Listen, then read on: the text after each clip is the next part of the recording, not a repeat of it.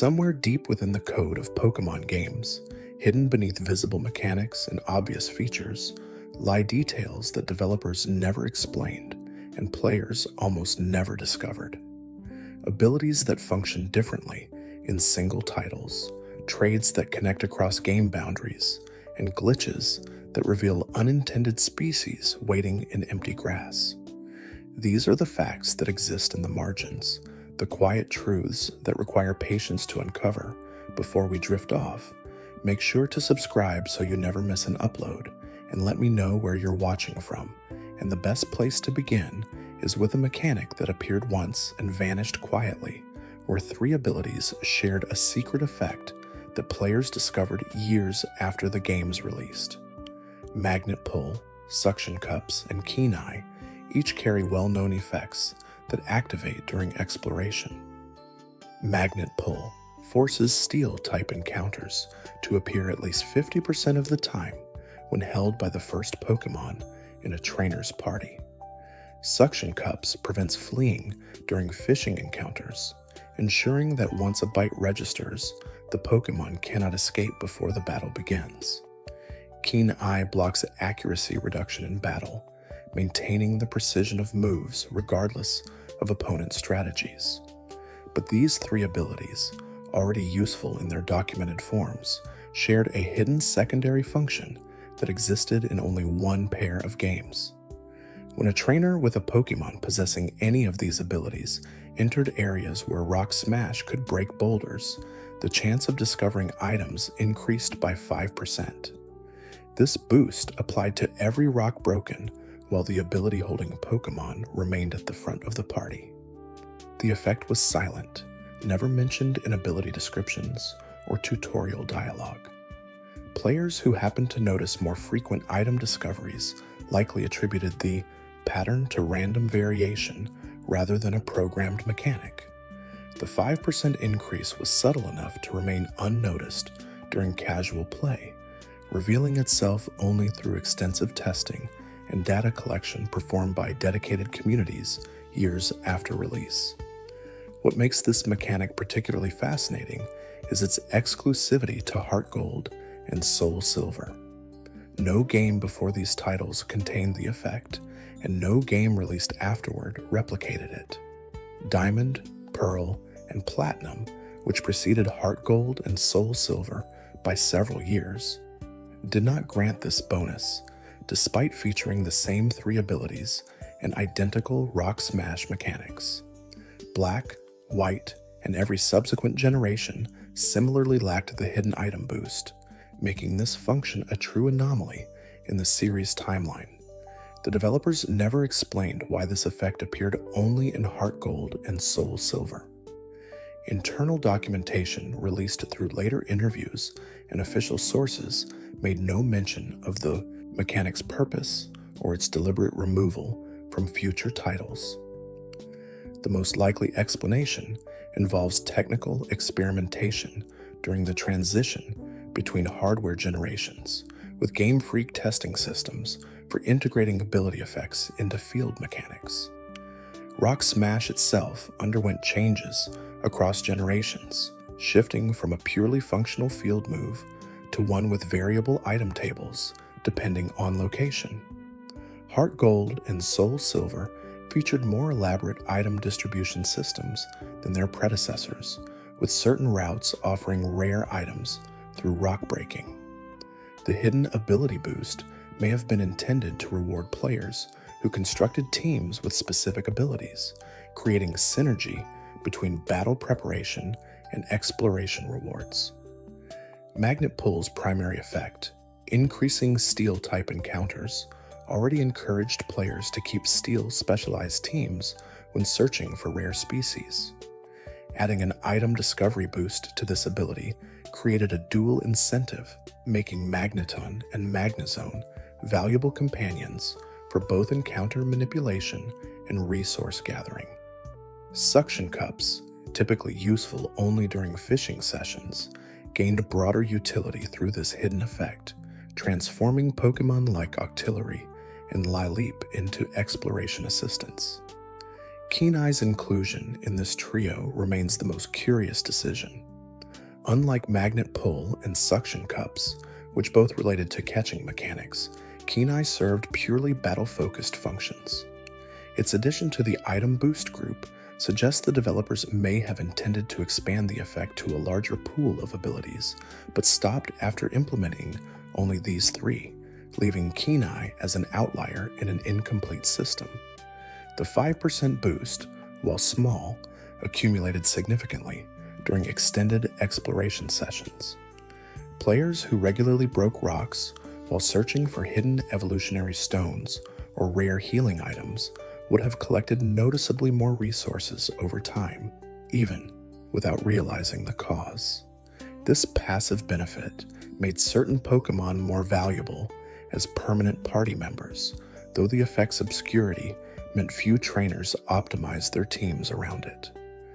Another quiet detail appears when examining the cross-generation connections that tie specific characters to Pokémon they never publicly acknowledge.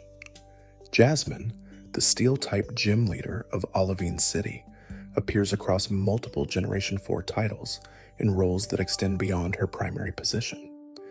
In Diamond, Pearl, and Platinum, she makes brief appearances in Sunishore City, visiting the region as a tourist and offering dialogue that references her home in Johto.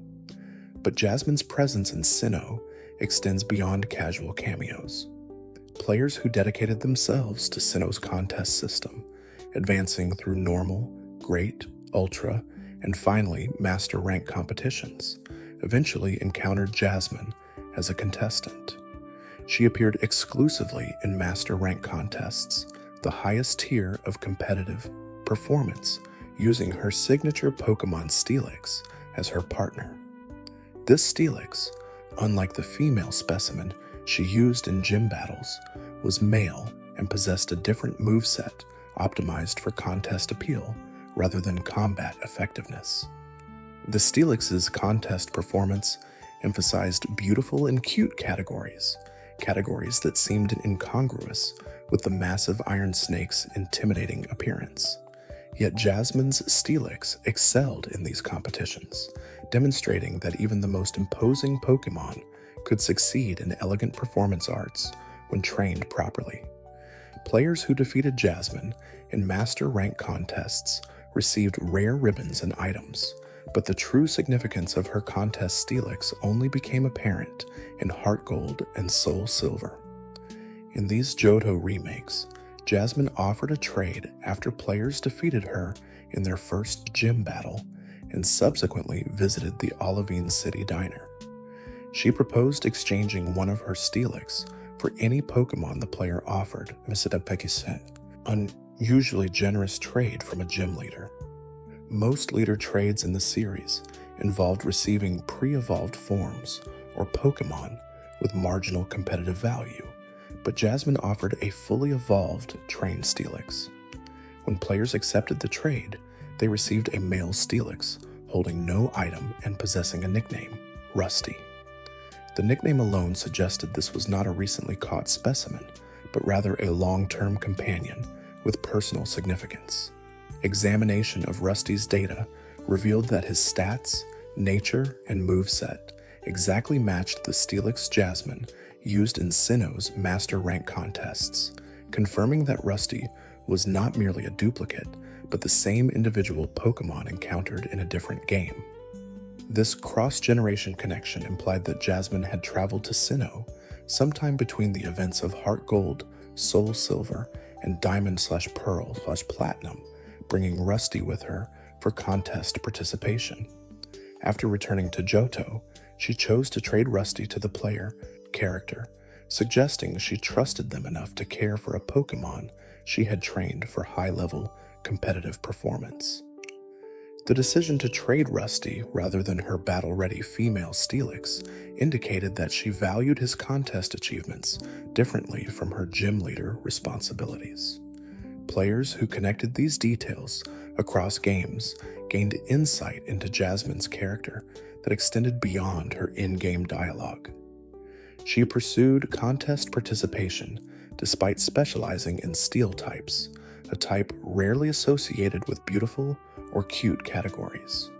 She traveled across regions to compete in performance arts, suggesting interests beyond her gym leader duties. And she willingly parted with a prized contest partner when she recognized a trainer capable of appreciating Rusty's value. The developers never explicitly confirmed this connection through official dialogue or documentation. Rusty's existence as a tradable Pokémon in Heart Gold and Soul Silver was documented, but Nintendo and Game Freak remained silent about his appearance in Sinnoh's Master Rank contests. Players who noticed the correlation were left to interpret the narrative implications themselves, piecing together Jasmine's journey through cross-generational evidence.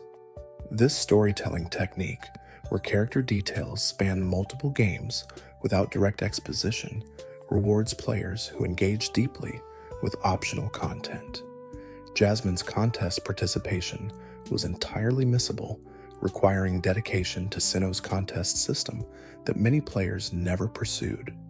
Similarly, the trade for Rusty in Heart Gold and Soul Silver occurred only after specific conditions were met, with casual players potentially missing the opportunity entirely. The connection between these two instances existed only for those who explored both systems thoroughly. As we drift a little deeper into hidden mechanics, we encounter a rock that yields treasures under specific conditions that the game never explains. In Pokémon Black and White, just outside Pinwheel Forest's entrance, a small pathway branches upward along a cliff face. The path leads to a plateau where a large boulder sits, visually indistinguishable from the many other rocks scattered throughout Unova. Most players walked past this rock without attempting interaction, as environmental boulders in Pokémon games typically serve only as obstacles requiring strength to move. This particular boulder could not be pushed or removed, lacking the visual indicators that usually marked interactive stones. Nothing in the surrounding area suggested the rock held significance, and no NPC dialogue hinted at its presence. Yet this rock possessed a hidden function that activated once per day under specific conditions. When a trainer carrying at least one fighting-type Pokémon in their party interacted with the boulder, they received a star piece, one of the most valuable sellable items in the game. The fighting-type Pokémon did not need to be positioned first in the party, nor did it need to know any particular moves. Simply having a fighting type present was sufficient to trigger the rock's gift. The mechanic broke from established series conventions. Previous games had occasionally tied field interactions to specific Pokémon species, like requiring Pikachu to be in the party to receive gifts from certain NPCs, but never to entire type categories. The fighting type requirement suggested thematic reasoning, as if the rock could only be broken by Pokémon with sufficient physical strength, yet no breaking animation or sound effect accompanied the item discovery. Star pieces sold for extremely high prices at Pokémon marts, making them valuable resources for trainers saving money for expensive items or TMs. A single star piece could be sold for nearly 5,000 Pokédollars, a substantial sum during early game progression. The ability to collect one daily, simply by returning to the rock with a fighting type in the party, provided a reliable income source that many players never discovered. The rock's placement near Pinwheel Forest was deliberate. Pinwheel Forest served as an early game location where players first encountered Team Plasma and began engaging with Black and White's narrative themes about Pokémon liberation. Fighting-type Pokémon were relatively common in the surrounding routes, making it feasible for players to have one in their party when passing the rock. Yet despite this accessibility, the mechanic's obscurity meant that most trainers walked past the opportunity countless times. Some players speculated that the rock represented a training post where fighting-type Pokémon traditionally tested their strength. This interpretation aligned with the lore surrounding fighting-type training in Pokémon, which had often emphasized physical discipline and environmental interaction. The star piece reward could then be understood as residual energy or mineral deposits created by repeated strikes from training sessions, though the game provided no explicit confirmation of this theory. Others theorized that the rocks functioned tied into Black and White's contest system, or hidden grottos, both features introduced in Generation 5. Hidden grottos contained rare items and Pokémon that appeared once daily, creating mechanical parallels with the rock's daily star piece. The fighting type requirement might have been intended as a puzzle element, teaching players to experiment with party composition when encountering unusual environmental features. Whatever the developer's intentions, the rock remained one of Black and White's most obscure secrets, discovered primarily through data mining rather than organic gameplay. Players who learned about the mechanic through online communities often expressed surprise that such a straightforward reward system could remain hidden despite its accessible location and generous payout. The rock exemplified how Pokémon games contained layers of hidden functionality that rewarded experimental play and thorough exploration. The absence of this mechanic in later games suggests it was either an experiment that developers chose not to repeat, or a region-specific feature tied to Unova's design philosophy. Black and White introduced numerous novel systems that were later abandoned or heavily modified in subsequent generations, including the hidden grottos, full sprite animation during battles, and seasonal weather changes.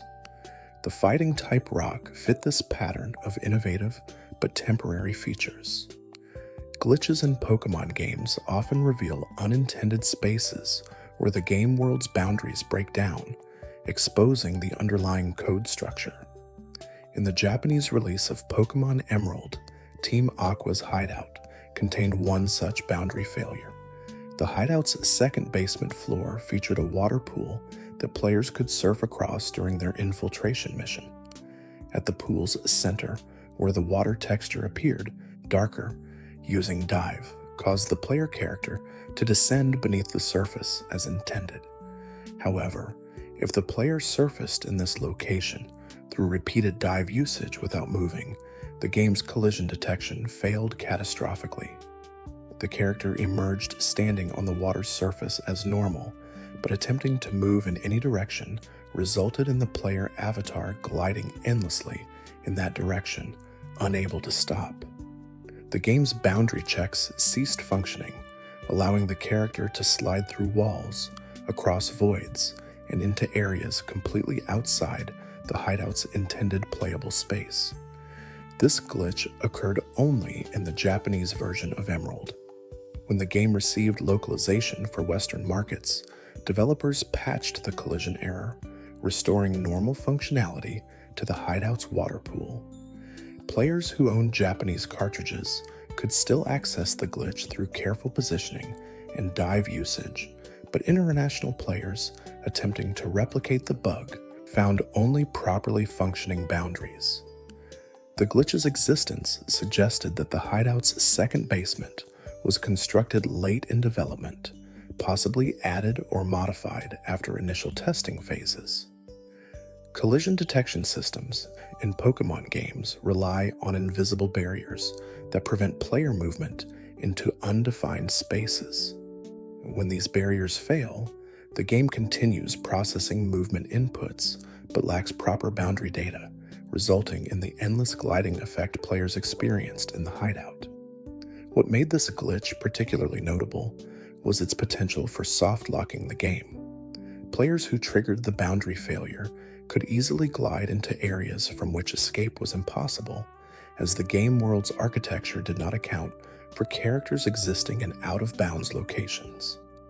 Saving the game while in these positions could render the save file unplayable, requiring a restart from earlier save points, or, in worst cases, complete game deletion. The decision to patch this glitch for international releases demonstrated the localization team's awareness of its severity. Unlike minor graphical errors or beneficial glitches that allowed sequence breaking, The hideout dive glitch posed genuine risks to player progress. Its removal from Western versions prevented potential frustration and support requests, though it also meant that international players missed the opportunity to explore Emerald's out-of-bounds areas through this particular method. Generation 3 contained numerous similar boundary failures across Ruby, Sapphire, and Emerald. The Battle Frontier in Emerald featured multiple locations where improper surf usage could result in collision errors. Meteor Falls contained areas where specific movement patterns during encounters could displace the player's position, forcing them into walls or beneath floor textures. These glitches collectively revealed how Generation 3's game engine handled spatial data, with boundary checks sometimes failing under specific condition combinations. Another layer of mechanical obscurity appears when examining how seemingly random Pokémon names can influence battle outcomes through nickname detection systems. In Black and White, when players received Pokémon through in-game trades with NPCs, these Pokémon arrived with preset nicknames that carried hidden significance. One such trade involved receiving a cottony nicknamed Cotton Tree, a simple modification of the species name that appeared innocuous. However, Cotton Tree's data contained an unusual flag in its original trainer information. The Pokémon was registered as having been caught in an illegal location, a map ID that did not correspond to any accessible area in Black or White. This impossible catch location suggested that Cotton Tree was not created through normal gameplay capture, but rather spawned directly through event scripting, bypassing the standard catch routines that assigned the proper location data.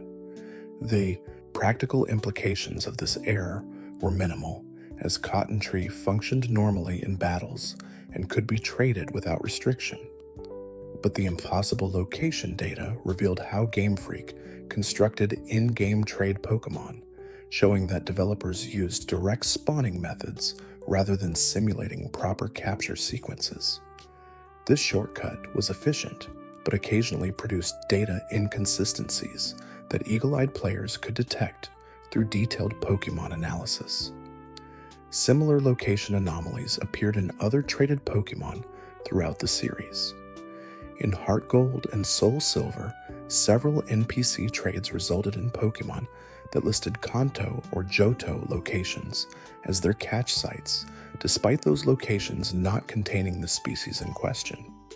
For example, a traded Machop might list Route 34 as its catch location, even though Machop did not naturally appear on that route in any Generation 4 game. These inconsistencies suggest that developers assigned catch locations based on thematic appropriateness rather than mechanical accuracy.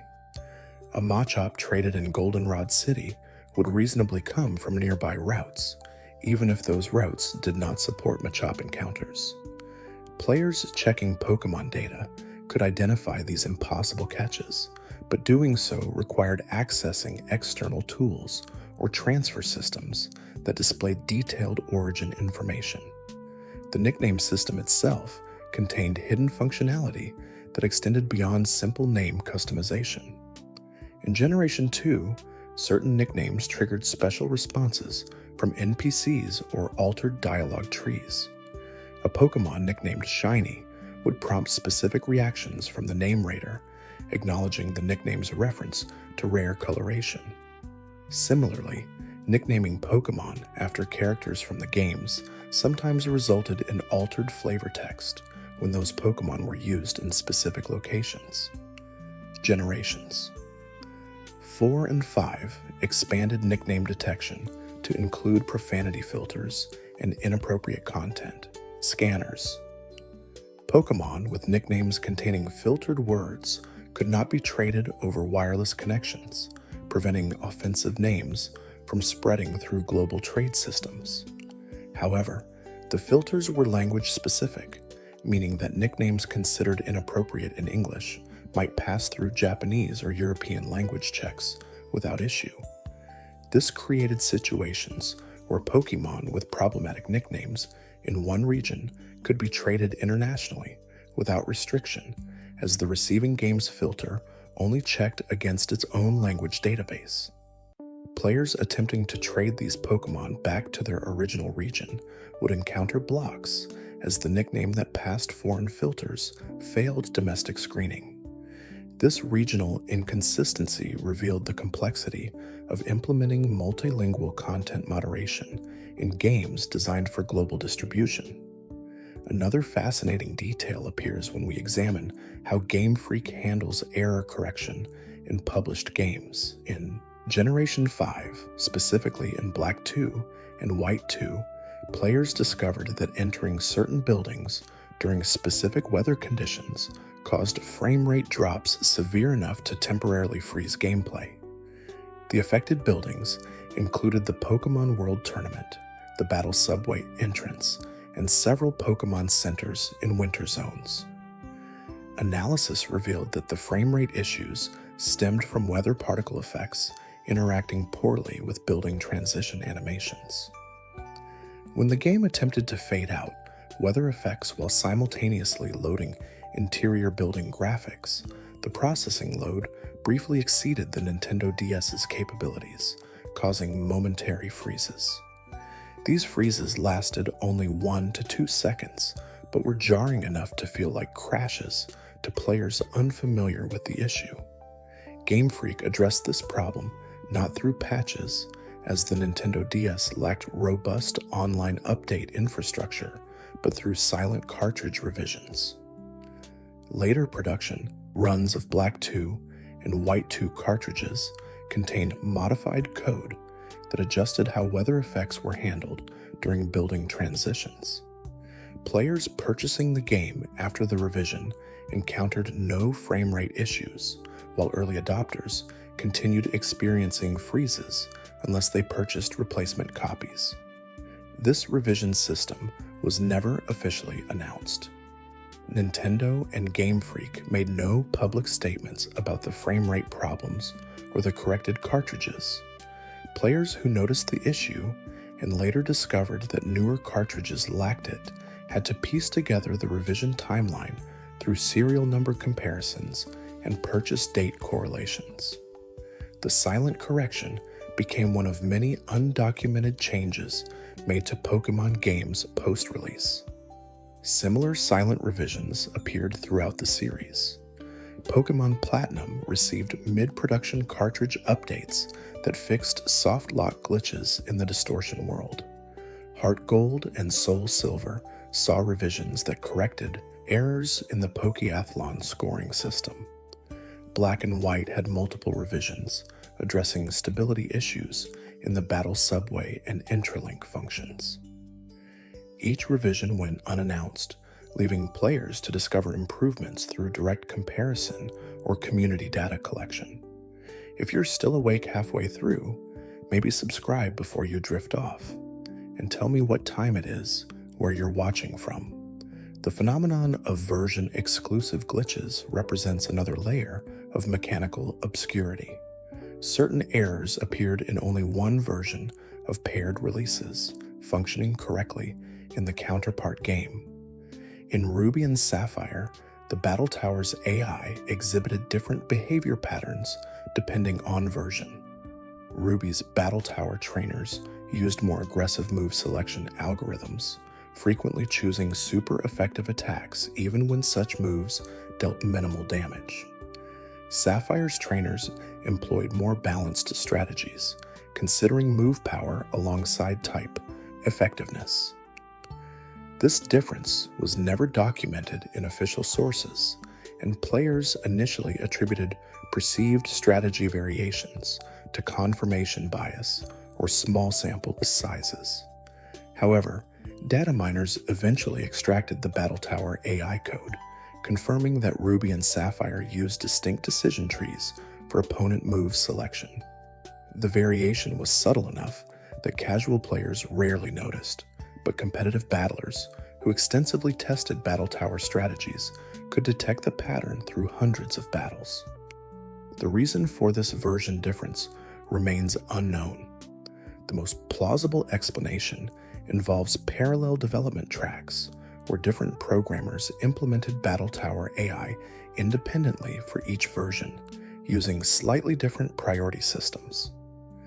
When the code was finalized, the discrepancy went unnoticed during testing, as both versions functioned correctly, just with different strategic tendencies. Version differences extended beyond AI behavior into fundamental game mechanics.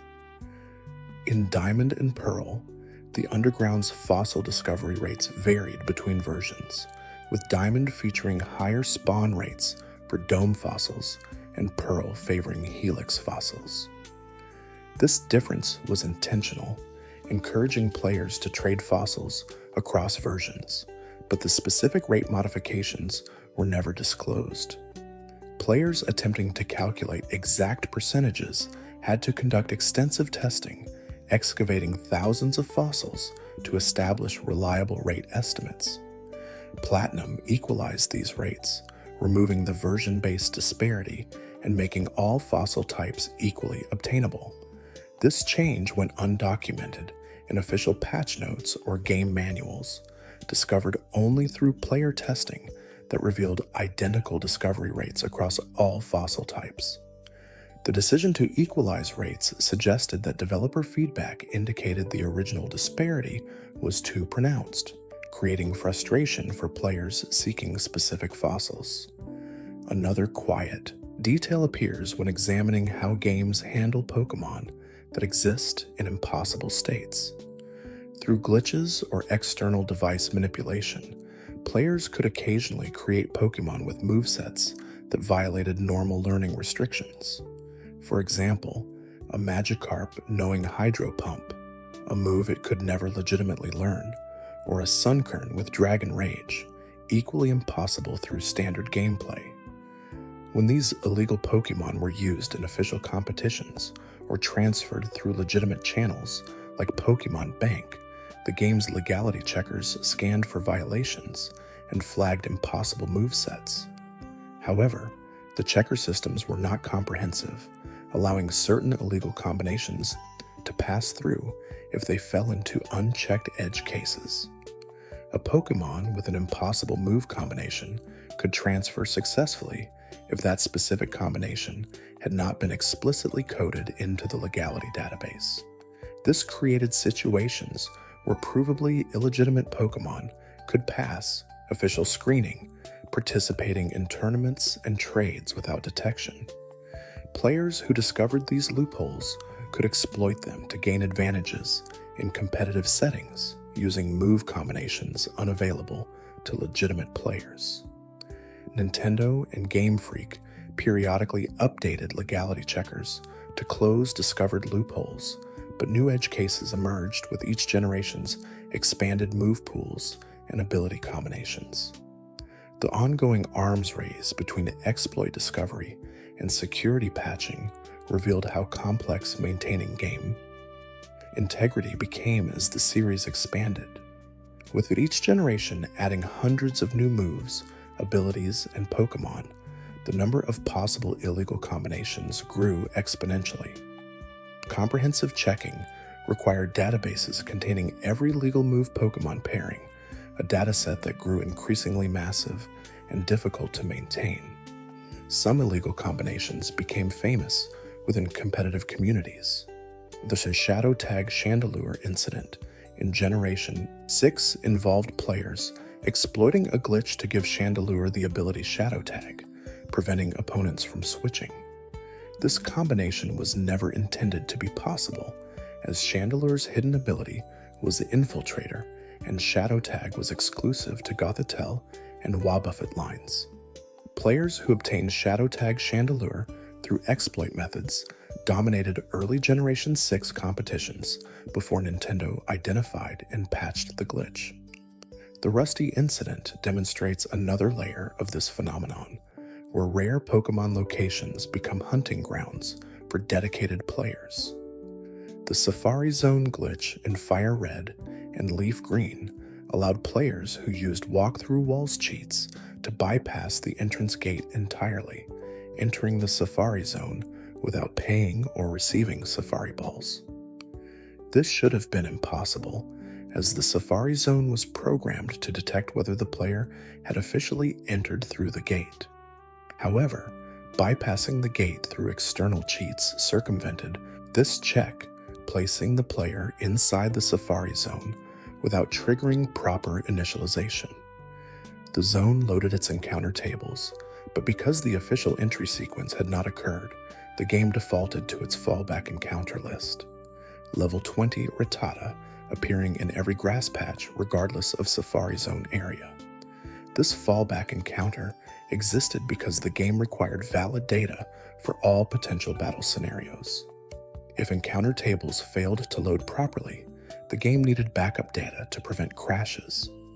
Developers chose Rattata as this backup, likely because it was one of the earliest Pokémon programmed into the game and served as a stable testing species during development. The level 20 assignment matched Safari Zone scaling, suggesting this fallback was implemented during Safari Zone development as a placeholder before proper encounter tables were finalized. Players who discovered this glitch faced an unusual challenge. The out-of-bounds Rattata, while common in normal gameplay, became uniquely rare in this specific context. Because these Rattata appeared through fallback code rather than standard encounter generation, they existed in an undefined state that raised questions about shiny eligibility. Could a Pokémon spawned through fallback encounter code generate with shiny coloration, or did the bypass of normal initialization also bypass shiny calculation routines? One player dedicated over a year to answering this question, repeatedly encountering the fallback Rattata while searching for a shiny variant. The hunt required persistence beyond normal shiny hunting, as the glitch needed to be triggered fresh each session, and the out-of-bounds Safari Zone location was not conducive to efficient encounter cycling. The player documented thousands of encounters, tracking statistical patterns to determine whether shiny rates matched normal expectations. After exceeding 10,000 encounters across multiple months, a shiny Rattata finally appeared, confirming that the fallback spawn code included proper shiny calculation. The successful discovery proved that even Pokémon generated through error states underwent complete initialization processes, including shiny determination, IV assignment, and nature calculation. The fallback code was more comprehensive than initially assumed, suggesting it was not merely a crash prevention measure, but a fully functional backup encounter system. This discovery had minimal practical implications, as the glitch required external cheat devices and offered no gameplay advantages over standard shiny hunting. However, it revealed developmental insights into how Game Freak structured encounter generation. The existence of comprehensive fallback systems demonstrated a robust approach to error prevention, where even edge case failures resulted in functional gameplay rather than crashes or corrupted data. The Rattata's unique status as the only Pokémon provably caught through fallback encounter code made it a collector's curiosity. Players aware of the glitch understood that this particular Rattata represented something that was never meant to be obtained, a Pokémon existing solely because code safety measures created unexpected hunting opportunities. The specimen served as proof of concept that games contained layers of functional code hidden beneath normal gameplay, accessible only through deliberate boundary breaking. Another fascinating mechanical detail appears when examining how games track friendship evolution requirements. Pokémon like Golbat, Chansey, and Cleffa required high friendship values to evolve into Crobat, Blissey, and Clefairy respectively. The game calculated friendship through hidden numerical values ranging from 0 to 255, with evolution triggering at 220. However, the methods for increasing friendship varied in effectiveness depending on game, version, and generation.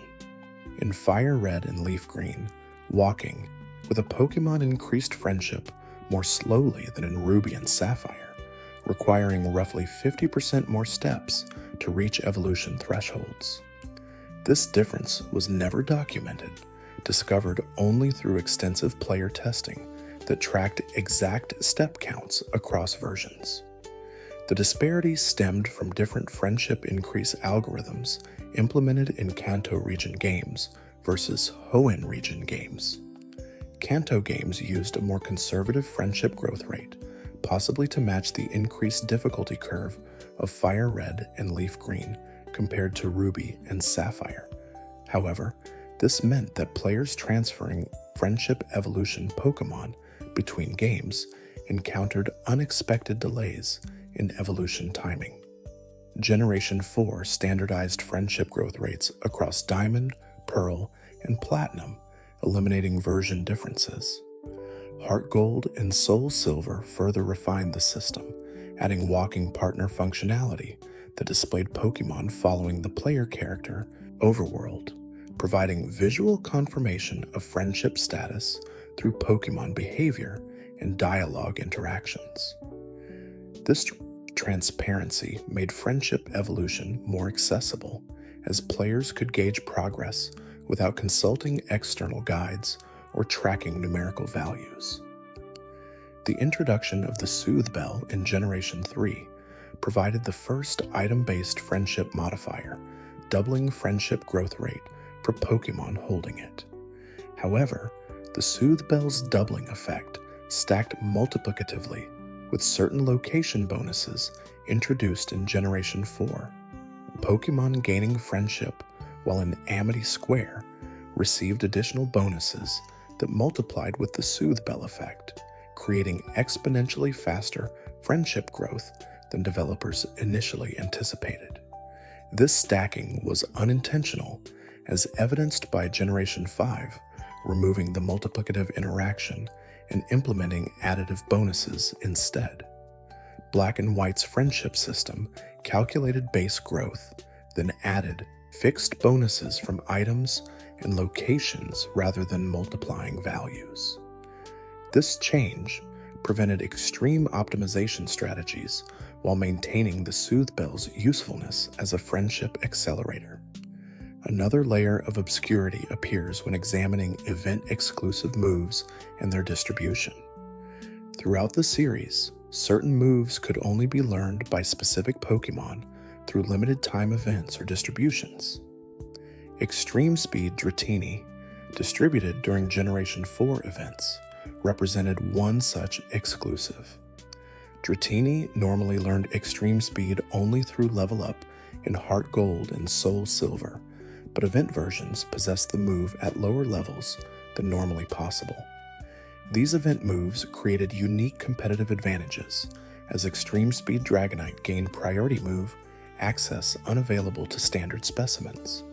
Players who missed event windows could never legitimately obtain these moves, creating permanent collection gaps. Some events distributed Pokémon with multiple, exclusive moves, creating combination sets unobtainable through normal gameplay even if individual moves were available separately. The Pokémon Company's policy regarding event move exclusivity evolved over generations.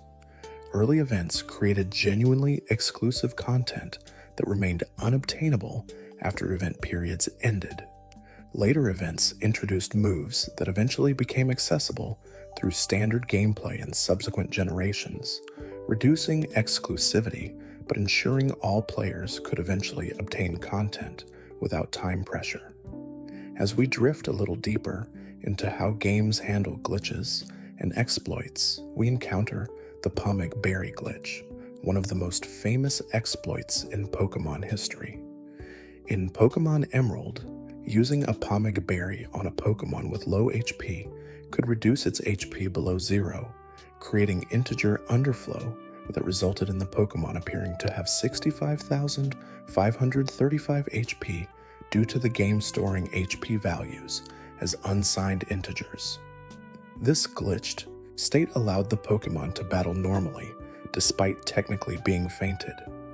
During battles, the the game checked current HP against 0 using signed integer comparison, which treated the underflowed value as massively positive.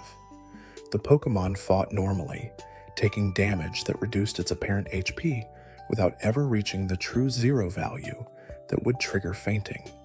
The Pomeg Berry glitch enabled numerous secondary exploits. Players could use glitched Pokémon to access normally restricted areas by manipulating party composition checks. The Battle Frontier's entry requirements checked for at least one valid Pokémon in the party, but glitched 0 HP Pokémon passed this check while being functionally invincible. This allowed players to enter Battle Frontier facilities with otherwise ineligible teams. The glitch could also corrupt save files if players saved while Pokémon remained in the glitched state. The save data stored current HP values as is, preserving the underflow. When the save loaded, the game attempted to reconcile the impossible HP value with other stored variables, occasionally producing cascading errors that corrupted party data or rendered battles unwinnable. Players who experimented with the Pomeg glitch risked save corruption unless they carefully restored HP to legitimate values before saving. Game Freak patched the Pomeg glitch in Pokémon Platinum, implementing additional HP checks that prevented Pomeg Berry usage if resulting HP would underflow. This patch closed the most famous exploit route, but left related integer underflow vulnerabilities unaddressed. Players discovered alternative methods for creating underflow states through different item combinations and battle scenarios, demonstrating the difficulty of comprehensively preventing integer-based exploits. The glitch's fame within the community stemmed from its dramatic visual impact and the complex exploits it enabled.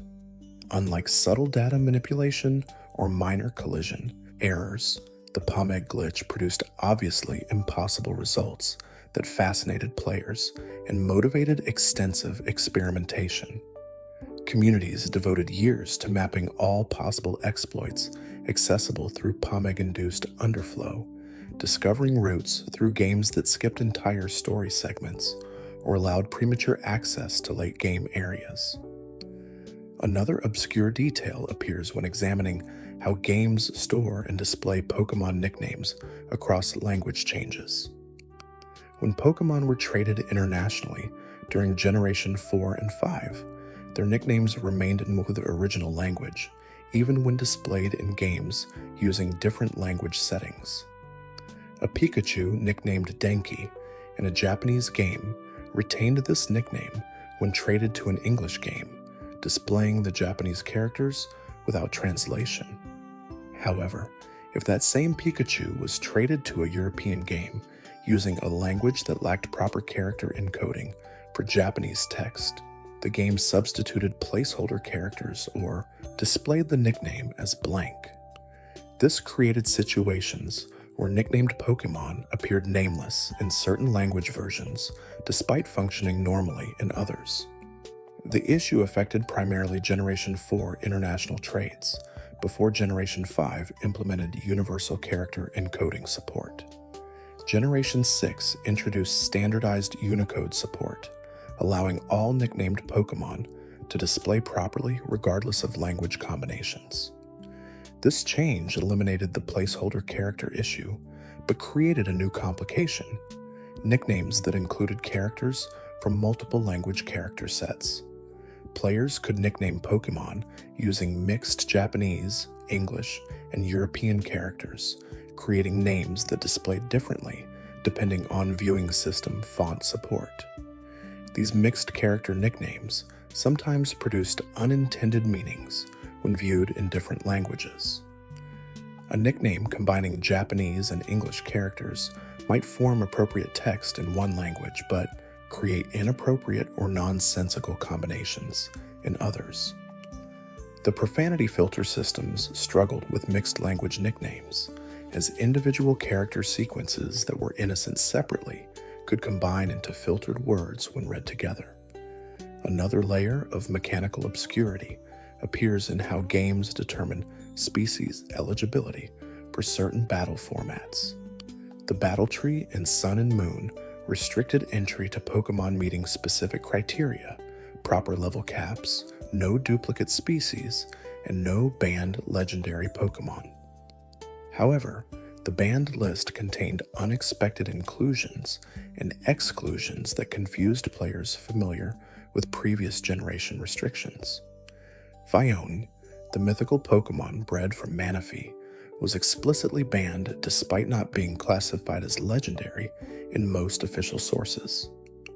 Meanwhile, Melton and Melmetal, officially classified as mythical Pokémon, were allowed in standard Battle Tree formats without restriction.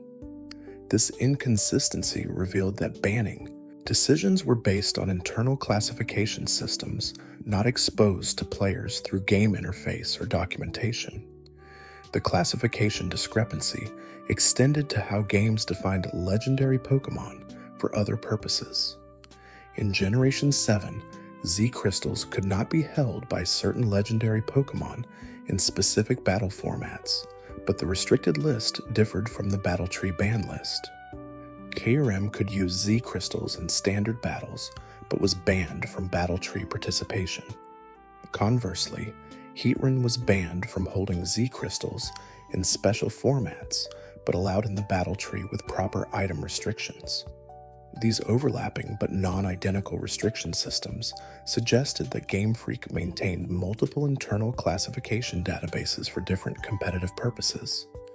A Pokémon's legendary status, mythical status, and competitive ban status were tracked separately, allowing fine-grained control over battle format rules. However, the lack of transparent documentation meant players had to learn these restrictions through trial and error or external resource consultation. Generation 8 simplified classification systems, implementing unified restriction tiers that applied consistently across all official battle formats. Pokémon were designated as restricted, banned, or standard, with these classifications clearly displayed in team-building interfaces. This transparency eliminated the confusion from previous generations, but reduced the nuanced restriction options that had allowed more varied competitive formats. Another fascinating detail appears when examining how breeding mechanics handle inheritance of impossible move combinations. Pokémon could inherit egg moves from parents, but certain move combinations were illegal because they required different parent species that could not breed together. For example, a Pokémon might learn Move A from Species X and Move B from Species Y, but if Species X and Y were in incompatible egg groups, obtaining both moves on a single offspring was impossible through legitimate breeding. However, Generation 6 introduced chain breeding techniques that allow the intermediate breeding steps to bypass these restrictions. By breeding a parent with Move A to produce an offspring, then breeding that offspring with a different parent possessing Move B, the final offspring could possess both moves despite the original parents being breeding incompatible. This technique required careful planning across multiple generations of breeding, but enabled move combinations previously considered impossible. The legality checkers in Pokémon Bank and Home initially flagged these chain-bred combinations as illegal, preventing their transfer even though they were obtained through legitimate gameplay. Game Freak later updated the legality databases to recognize chain-bred combinations, but the initial false positive flags frustrated players who had invested significant time in complex breeding chains only to find their Pokémon marked illegitimate. This situation revealed tensions between maintaining competitive integrity and allowing creative breeding strategies. Chain breeding represented advanced gameplay that rewarded player knowledge and dedication, but the resulting move combinations blurred lines between legitimate optimization and exploit abuse. Game Freak's ultimate decision to allow chain-bred results indicated acceptance of emergent breeding techniques as legitimate gameplay rather than unintended exploits. Another quiet detail appears when examining how games handle gender differences in traded Pokémon. Starting in Generation 4, many Pokémon species displayed visual differences between male and female specimens. Pikachu's tail shape, Wobbuffet's lipstick marking, and numerous other species showed dimorphic traits that affected appearance without it impacting stats or movesets. However, when these Pokémon were traded from Generation 3 games, where gender differences did not exist visually, they transformed upon arrival in Generation 4 games. A Pikachu transferred from Ruby or Sapphire gained the appropriate gender-based tail shape when imported into Diamond or Pearl, even though the Generation 3 sprite had displayed a uniform appearance. This retroactive application of gender differences demonstrated that gender data was preserved during transfer even when not visibly represented. Certain gender differences created confusion about Pokémon identity. Players who transferred longtime companion Pokémon from Generation 3 to 4 sometimes failed to recognize them due to unexpected appearance changes. A female Pikachu that had appeared identical to males in Ruby now displayed a heart-shaped tail tip, visually distinguishing it from male specimens. This change, while cosmetic, affected its emotional attachment for players who had grown accustomed to their Pokémon's prior appearance. Generation 5 expanded gender differences to additional species, creating further retroactive appearance changes for transferred Pokémon. Some differences were subtle, like slight coloration shifts, while others were dramatic, completely altering body proportions or adding distinctive markings. Players transferring Pokémon across multiple generations witnessed accumulating visual changes as new dimorphic traits were implemented. Another layer of obscurity appears when examining how games calculate damage variance. Pokémon damage calculations included a random modifier that caused the same move used under identical conditions to deal slightly different damage values. The modifier ranged from 85% to 100% of calculated damage, ensuring no two attacks were precisely identical.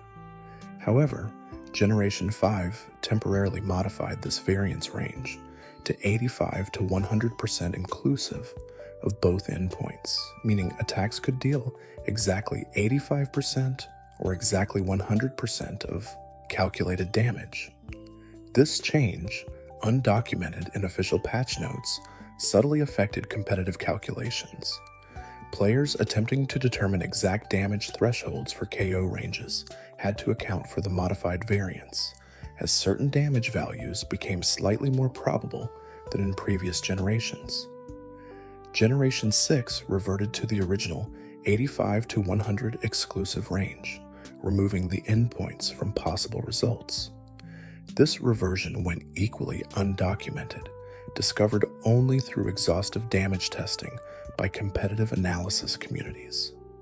The brief variance modification in Generation 5 remained unexplained, with no official statement clarifying whether the change was intentional or constituted a programming error. Damage variance interacted complexly with other battle mechanics, particularly critical hits and type effectiveness multipliers. Critical hits ignored certain stat modifications, but still applied the standard damage variance, meaning a critical hit's damage range was predictable, but not precise. Players performing precise damage calculations had to consider variance when determining whether specific move choices guaranteed KOs or left opponents with minimal HP. The variance system also affected multi-hit moves differently across generations. In Generations 3 and 4, each hit of a multi-hit move rolled variance independently, creating wide damage ranges for moves like Fury Attack or Pin Missile. Generation 5 standardized variance application, rolling once and applying the result to all hits. This change reduced the unpredictability of multi-hit moves, but went undocumented, leaving players to discover the mechanical shift through extensive battle testing. As we drift toward quieter waters, we encounter details about how Pokémon games handle corrupted save data recovery. When save files became corrupted through improper shutdown, battery failure, or glitch exploitation, games attempted automatic recovery by loading backup save states. Each Pokémon game maintained 2 save slots, the primary save and a backup created during the previous save operation. If the primary save failed integrity checks during loading, the game automatically reverted to the backup save, recovering most progress at the cost of losing changes made since the previous save. This system prevented total data loss in most corruption scenarios, though players unaware of the backup system often panicked when seeing corruption warnings force resetting before the automatic recovery completed. However, certain corruption types affected both primary and backup saves simultaneously, particularly those caused by hardware failure or severe glitch exploitation. When both saves failed integrity checks, the game prompted for save deletion and new game initialization. Players affected by dual save corruption lost all progress, as no recovery method existed within the game's standard systems. External save, backup devices, and cartridge readers allowed dedicated players to extract save data before deletion, editing corrupt sections, and restoring functionality. These methods required technical knowledge beyond casual gameplay, involving hex editing and understanding of save data structure. Communities developed tools and guides for save recovery, helping players salvage corrupted files through external intervention. Nintendo eventually implemented cloud save functionality in Generation 7 for players using Pokémon Bank, automatically backing up save data to online servers. This provided an additional recovery layer beyond the cartridge-based dual save system, ensuring that even catastrophic local corruption could be overcome through save restoration from cloud backups. However, cloud saves had introduced their own complications, including synchronization errors and server downtime during critical save periods. Another quiet detail appears when examining how event distributions interact with game save data. When players received event Pokémon through mystery gift or other distribution methods, the event data was stored separately from standard save data. This prevented event Pokémon from being lost if save corruption affected primary game progress, as the Wonder Card data existed in a protected memory section. However, this protection was imperfect.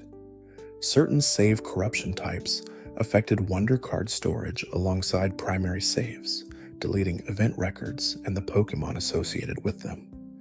Players who experienced this particular corruption lost access to time-limited event distributions, as re-downloading events was impossible once distribution periods ended. The separation of event data from standard saves provided some protection, but could not prevent all loss scenarios. Generation 6 and onward improved event data protection by storing Wonder Cards in multiple memory locations with redundant backups. This made simultaneous corruption of all event records extremely unlikely, effectively guaranteeing event preservation even during severe save file issues. Players could re-download event Pokémon from intact Wonder Cards even after complete save deletion, preserving access to limited distributions. Another layer of mechanical obscurity appears in how shiny Pokémon determination calculations changed across generations. In Generation 2, shininess was determined by specific IV combinations that created fixed relationships between stats and shiny status.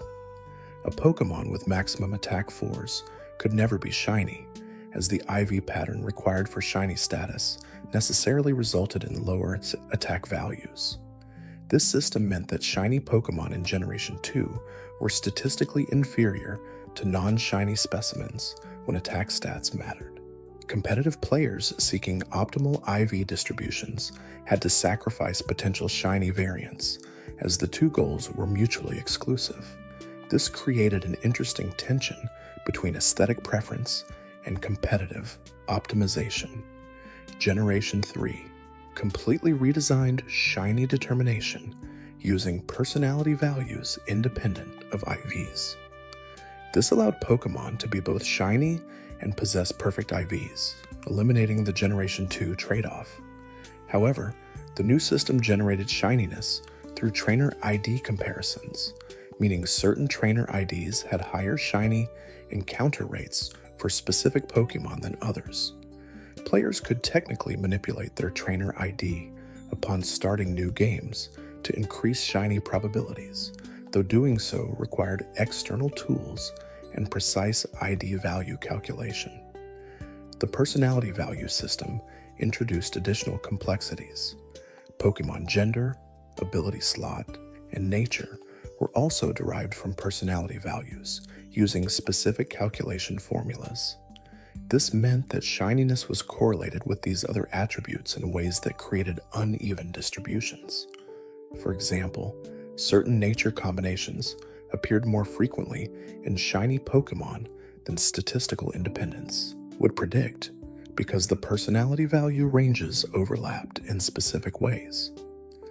Generation 6 introduced the Shiny Charm, an item that tripled shiny encounter rates by checking 3 separate personality value rolls per encounter instead of 1. This dramatically increased shiny probabilities for players who completed their national Pokédex, the requirement for obtaining the charm. However, the charm's effectiveness varied between encounter methods, providing different multipliers for random encounters, breeding, and chaining, depending on how the game implemented the triple check system. Another fascinating detail appears when examining how the series handles mythical Pokémon distribution across regions. Certain mythical Pokémon were distributed exclusively in specific countries, creating permanent collection gaps for international players. Arceus, while eventually distributed globally, was initially available only through Japanese events, leaving Western players without legitimate access for over a year. These region-exclusive distributions created active international trading markets where players attempted to obtain event Pokémon from foreign distributions. However, regional lockouts sometimes prevented traded event Pokémon from functioning properly in games from different regions. A Japanese event, Arceus, might transfer successfully to a Western game, but fail to trigger event-specific dialogue or story sequences programmed only for domestic event variants. Generation 6 began implementing region-free event distributions, allowing mythical Pokémon received through any regional event to function identically in all game versions. This change addressed frustration from region-locked events while simplifying event implementation for developers. However, some players mourned the place of regional exclusivity, as it had created unique collection distinctions for dedicated international traders. The transition to region-free events also affected how games tracked event legitimacy. Region-specific events in earlier generations included region flags in their distribution data, allowing legality checkers to verify that events matched their distributed regions. Region-free events lacked these flags, making it harder to distinguish legitimate event Pokémon from ginned variants. This simplified fraud detection trade-off was considered acceptable given the improved player access to content. Another quiet detail appears when examining Pokémon contest mechanics and their hidden scoring algorithms. Contests in Generation 3 scored performances based on appeal, jamming, and crowd excitement values that were calculated using complex, undocumented formulas. Players attempting to optimize contest strategies had to experiment extensively to determine which move combinations and execution orders maximized scores. Data mining eventually revealed that contest scoring used weighted random elements, meaning identical performances could receive different scores based on invisible random modifiers. This variance prevented perfect optimization, as even theoretically ideal strategies could lose to suboptimal approaches if random values favored the opponent. The random elements were substantial enough to make contest outcomes somewhat unpredictable even for expert players. Generation 4 refined contest mechanics, reducing random variance and making scoring more deterministic. This change allowed skilled players to consistently achieve high scores through practiced execution and optimal move selection. However, the reduced variance also made contests less exciting for casual players, as outcomes became more predictable and practice-based rather than uncertain and dynamic. Generation 6 removed contests entirely from the main series, replacing them with Pokémon Amy and later camp systems that emphasized interaction over competition.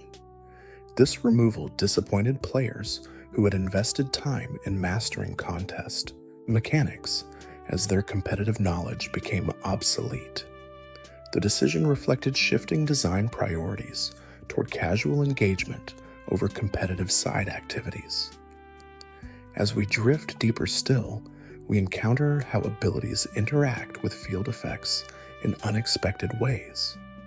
Abilities like Synchronize were documented to prevent status conditions from opponents while inflicting the same condition back, but the ability also affected wild Pokémon encounter rates. Pokémon with Synchronize in the front of the party caused wild Pokémon to share the same nature at a 50% rate, effectively allowing nature manipulation during wild encounters. This field effect of Synchronize was documented in player guides, but never explicitly confirmed in-game through NPC dialogue or tutorial text. Players who discovered the nature manipulation effect through experimentation gained significant advantages in obtaining Pokémon with desired natures for competitive team building.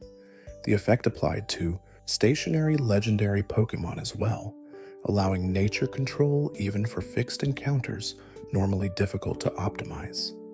Other abilities had undocumented or obscurely documented field effects.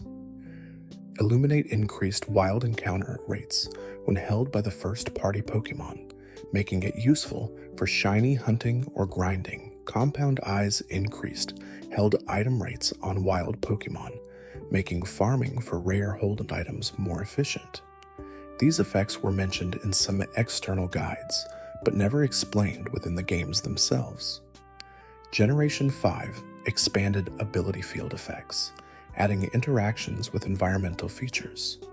Pokémon with Storm Drain or Lightning Rod in the party affected weather encounter rates in ways that went completely undocumented. Players testing these abilities discovered subtle encounter table shifts that suggested the game was checking for these abilities during wild Pokémon generation, though the exact mechanics remained unclear even after extensive testing. Another layer of obscurity appears in how games determine catch rates for Pokémon during special battle conditions. Pokémon asleep or paralyzed had increased catch rates compared to healthy targets, a documented mechanic explained in most gameplay guides. However, Pokémon affected by multiple conditions simultaneously calculated catch rates using complex priority systems that determined which status condition modifier applied. In Generation 3, if a Pokémon was both poisoned and paralyzed, the game applied only the paralysis catch rate bonus, ignoring poison entirely. Generation 4 changed this to additive bonuses, where multiple status effects stacked to increase catch rates more significantly. This mechanical change went undocumented, meaning players who learned Generation 3 catch rate strategies found them less effective in later games. The stacking behavior interacted strangely with Pokeballs that had built-in condition bonuses. Dusk Balls received bonus catch rates in caves or at night. But if used on a sleeping Pokémon in a cave at night, the game had to determine whether to apply sleep bonus, dusk ball bonus, or both. Different generations handled these calculations differently, with some stacking bonuses multiplicatively and others additively. Competitive breeding communities developed extensive catch rate calculators that accounted for these generational differences, allowing players to optimize ball selection and status infliction strategies based on target Pokémon species and encounter conditions. These calculators became essential tools for players attempting to catch legendary Pokémon or rare spawns efficiently, as they revealed optimal strategies that were not intuitive from documented game mechanics. Another fascinating detail appears when examining how games handle evolution stones used at different levels. Pokémon that evolved through stones could be evolved at any level, including level 1 if traded or obtained through breeding. However, Pokémon evolved at lower levels missed learning moves they would have naturally acquired through level up if left unevolved. This trade-off between early evolution and move learning became particularly significant for Pokémon with limited move sets post-evolution. Pikachu, for example, learned numerous moves through level up, while Raichu learned almost nothing. Players who evolved Pikachu immediately found themselves with Raichu that lacked useful moves, requiring extensive TM usage to create viable movesets. Generation 7 introduced move relearning services that allowed Pokémon to learn moves they had missed due to early evolution or other factors. This change eliminated the evolution timing dilemma, as players could evolve Pokémon immediately and retroactively teach missed moves later.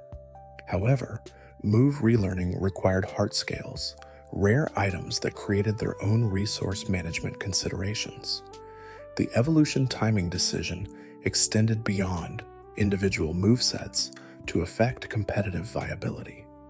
Certain Pokémon gained stat bonuses from evolving early that outweighed move learning disadvantages, while others benefited from delayed evolution to learn key moves before transformation.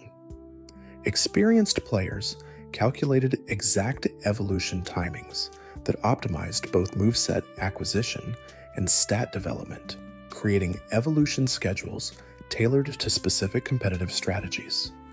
Another quiet detail appears in how breeding mechanics determine egg species when parents come from different evolutionary lines. In most cases, eggs produce the species of the mother, but several exception cases created unusual outcomes. Ditto breeding always produced the species of the non-Ditto parent, regardless of gender. Legendary Pokémon could not breed with anything except Ditto, preventing normal species propagation. However, certain evolved Pokémon bred together to produce pre-evolved forms that did not match either parent directly.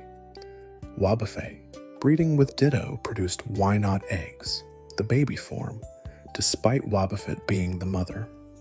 This exception case existed because Why-Not was implemented after Wobbuffet, retroactively added as a pre-evolution that required special breeding conditions. The breeding exception list expanded over generations as new baby Pokémon were added. Azurill, Bonsly, Mime Jr., and others required parents to hold specific incense items during breeding. Without these incenses, breeding produced the evolved forms directly, skipping baby stages. This system created situations where breeding outcomes depended on item possession, adding complexity to breeding chains. Certain species' incompatibilities in breeding created permanent collection gaps. Nidorina and Nidoqueen, despite being female and capable of learning egg moves, could not breed at all. This restriction was never explained in-game, creating confusion for players attempting to breed Nidoran lines. The inability extended to both Ditto and same-species breeding, making Nidorina and Nidoqueen completely infertile despite being fully evolved female Pokémon.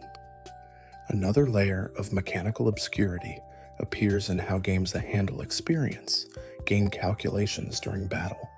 Experience points awarded for defeating opponent Pokémon were calculated using complex formulas that considered opponent level, participating Pokémon levels, and various multipliers from items or battle conditions. However, the formula changed slightly between generations, affecting optimal grinding strategies. Generation 5 introduced experience scaling that awarded more experience points for defeating higher-level opponents and less for defeating lower-level ones. This change discouraged grinding on low-level wild Pokémon and encouraged players to battle trainers with appropriately leveled teams. However, the scaling formula was never explicitly documented, requiring players to reverse engineer the calculations through extensive testing. This experience scaling interacted strangely with experience-sharing items. Experience. Share in Generation 6 awarded full experience to all party members regardless of participation, dramatically accelerating level progression. This change, while making the games more accessible, also reduced grinding necessity and altered competitive team preparation strategies. Players who preferred traditional experience distribution had no way to disable the effect short of boxing the experience share permanently. Generation 7 modified experience formulas again, introducing additional scaling factors based on story progression.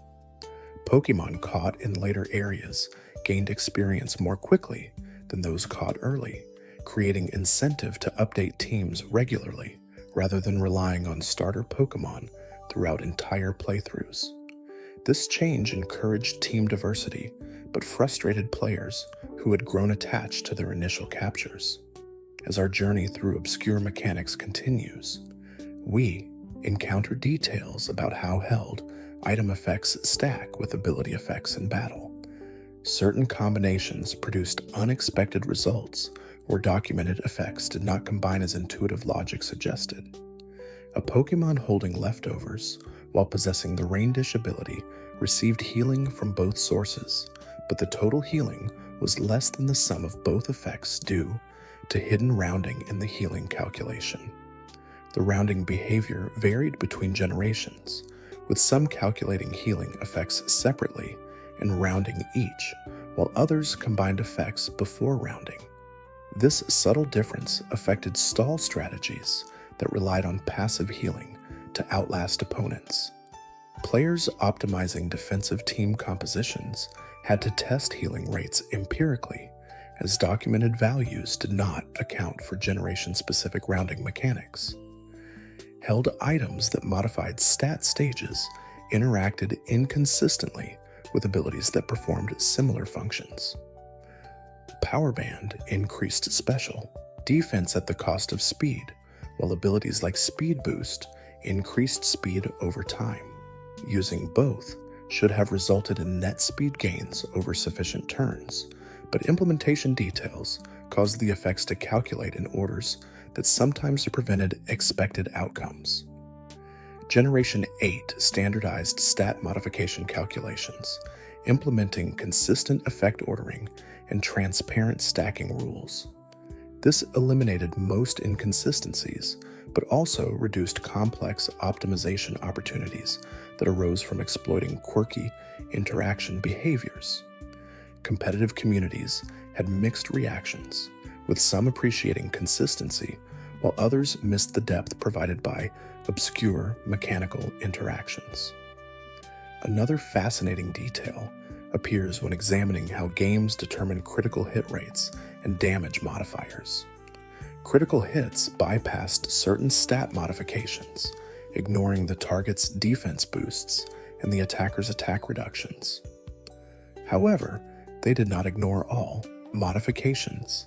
Abilities like Battle Armor prevented critical hits entirely, while abilities like Super Luck increased critical hit rates. The critical hit stage system assigned numerical values from 0 to 4, with each stage doubling the probability of the previous stage. Moves like Slash started at stage 1, abilities like Super Luck added one stage, and held items like Scope Lens added another stage. Reaching stage 3 guaranteed critical hits on every attack, creating strategies centered around maximizing critical hit stages. However, certain Pokémon could not reach stage 3 through normal means due to ability and move pool limitations. This created tiered optimization where some Pokémon could reliably critical hit while others could only moderately increase rates. The distinction became significant in competitive play as guaranteed critical hits bypassed numerous defensive strategies and made certain Pokémon disproportionately powerful. Generation 6 reduced critical hit damage multipliers from 2 times to 1.5 times, weakening critical hit strategies across the board. This change addressed balance concerns about critical hit-based teams dominating competitive play, but also reduced the excitement and variance that critical hits brought to battles. Players who had built teams around critical hit maximization found their strategies significantly weakened. Another quiet detail appears in how games handle type effectiveness calculations when multiple types interact simultaneously. Dual-type Pokémon calculated type effectiveness by multiplying individual type modifiers, creating situations where 4 times weaknesses and resistances emerged. A grass-flying Pokémon took 4 times damage from ice attacks because both types were weak to ice. However, certain ability and item effects modified these calculations in non-obvious ways. Filter and Solid Rock reduced super effective damage by 25%, but the reduction applied after type effectiveness multiplication. This meant that a 4 times weakness was reduced to 3 times damage, while a 2 times weakness became 1.5 times damage. The distinction affected damage calculations significantly when determining KO thresholds. Type effectiveness multipliers interacted strangely with moves that dealt fixed damage. Dragon Rage always dealt 40 damage, regardless of type effectiveness, but in Generation 1, a glitch caused Dragon Rage to be affected by type immunities. Dragon-type Pokémon received 0 damage from Dragon Rage, despite the fixed damage nature, creating a situation where documented mechanics contradicted actual gameplay outcomes. Generation 2 fixed this glitch, ensuring fixed damage moves ignored type effectiveness entirely. However, new edge cases emerged around moves that dealt percentage-based damage, like Super Fang, which dealt damage equal to 50% of the target's current HP. When used against Pokémon with type immunities, Super Fang dealt 0 damage, suggesting it checked type effectiveness despite being percentage-based rather than power-based. The interaction between fixed damage, percentage damage, and type effectiveness created complex decision trees for competitive battlers. Certain strategies relied on using fixed damage moves to bypass defensive stat boosts, but these strategies failed against type immunities that invalidated the moves entirely. Understanding which moves respected which defensive mechanics became essential knowledge for high-level play. Another layer of obscurity appears in how abilities trigger in multi-battle scenarios like double battles and triple battles. Abilities that activated upon an entry, like Intimidate or Drought, had to determine which opposing Pokémon were affected and in what order. In double battles, Intimidate affected both opponents, but if one opponent had clear body to block stat changes, the game still displayed both Intimidate activation messages, despite only one taking effect. The visual feedback inconsistency created confusion about whether abilities had successfully activated. Players relying on Intimidate strategies needed to track opponent abilities carefully to determine whether their intended effect occurred, as the game's messaging did not clearly communicate partial success scenarios. Triple battles introduced additional complications, as abilities affecting all opponents had to determine whether that meant all 3 enemy Pokémon or only adjacent ones. Range limitations applied inconsistently across abilities, with some affecting only adjacent targets, while others truly affected all enemies regardless of position. The game never clearly communicated these range differences, requiring players to test each ability empirically. Rotation battles, a format it introduced in Generation 5, created unique ability trigger scenarios. When Pokémon rotated from back position to front position, abilities that normally triggered on entry activated again, allowing players to repeatedly trigger effects like Intimidate by rotating Pokémon in and out of front position. This created strategies centered around rotation manipulation that were not possible in other battle formats. As we drift further into mechanical intricacies, we encounter how damage calculation handles fractions and rounding at various stages. Each step in the damage formula rounded individually, meaning that the order of multiplication and division operations affected final damage outputs. Changing the calculation order by even one step could alter damage by several points due to cumulative rounding errors. This rounding sensitivity made damage calculations difficult to predict precisely, as players had to account for multiple intermediate rounding steps.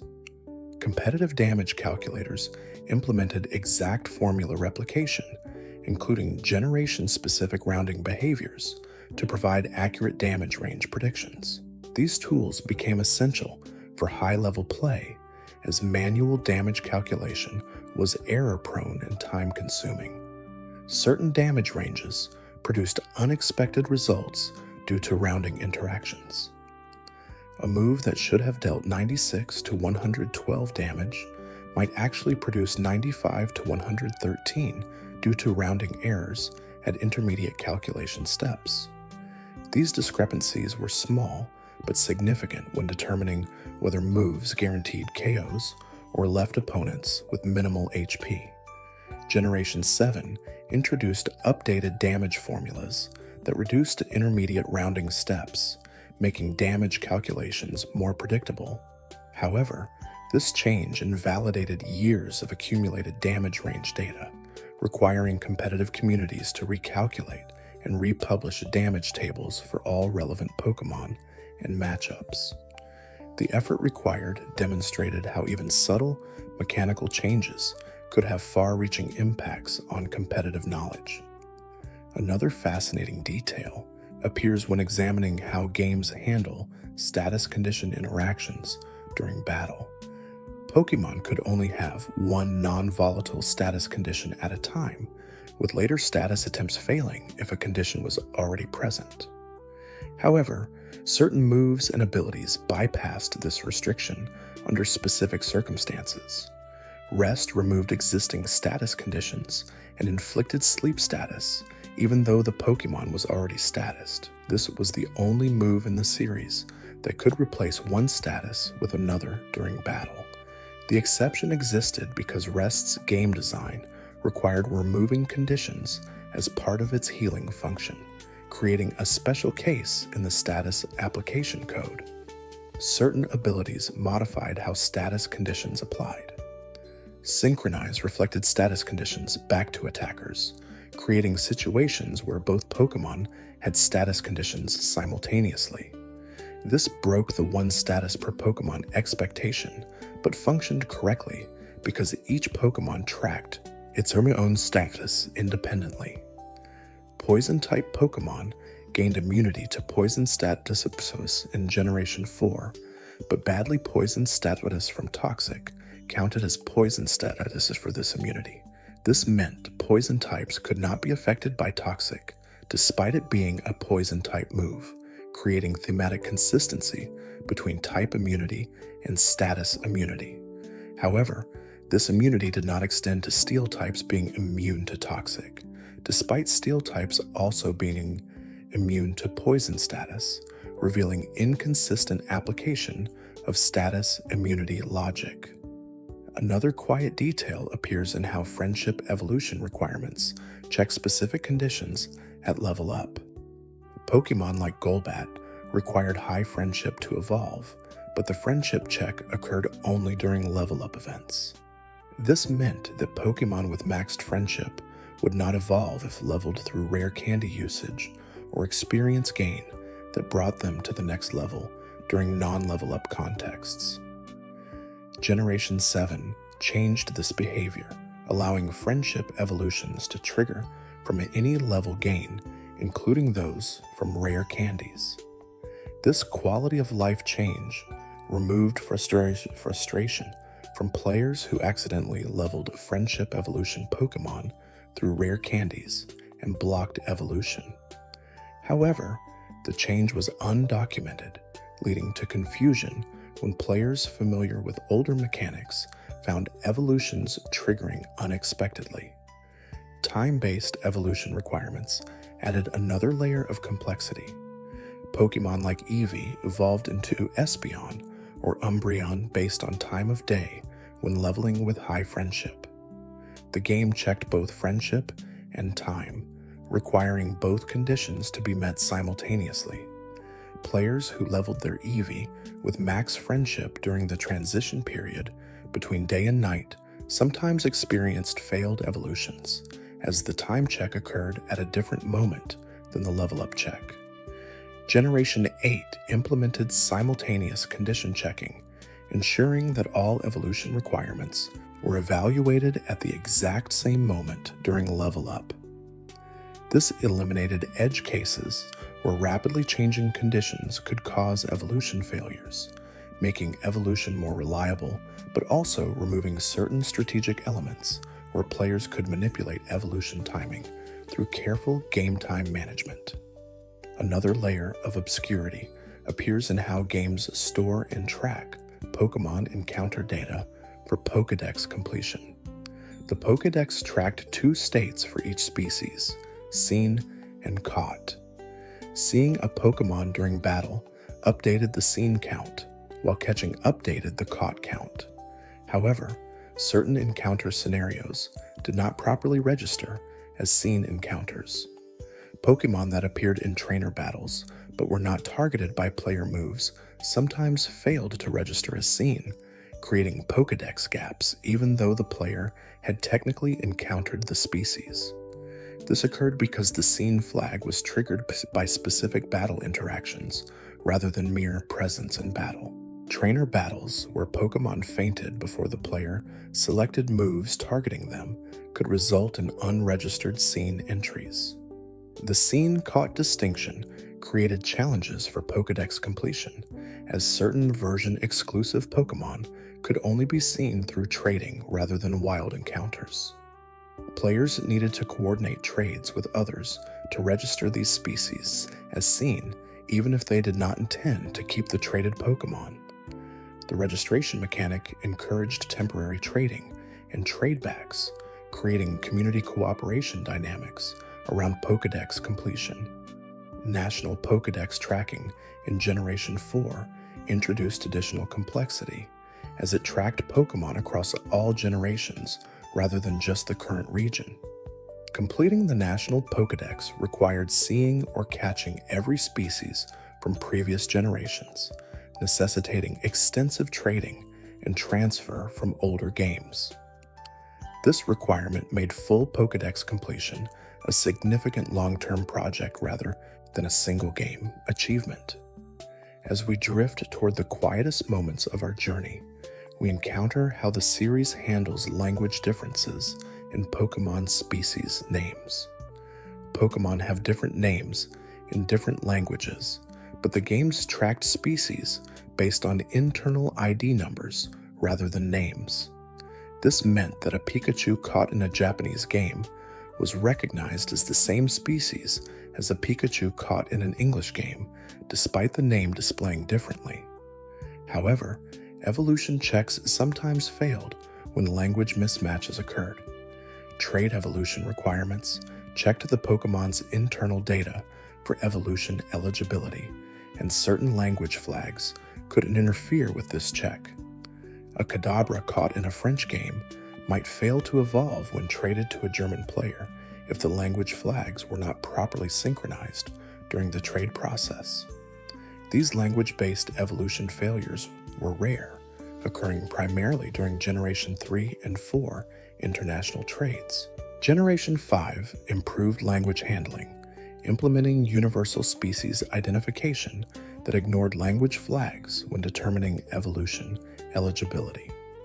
This fix eliminated the trade evolution failures, but introduced new complications around nickname storage and display. The language system also affected how players searched for Pokémon in online trading systems. The Global Trade Station allowed players to request specific Pokémon species, but language differences meant that species names had to be matched through ID numbers rather than text strings. This invisible translation layer occasionally produced errors where requested Pokémon did not match. Offered Pokémon despite appearing to be the same species in both listings. Another fascinating detail appears when examining how ability changes mid-battle affect ongoing effects.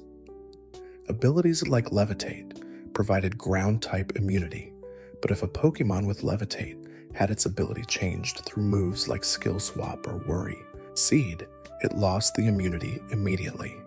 However, certain effects that had already activated based on the old ability remained in place until battle conditions reset them.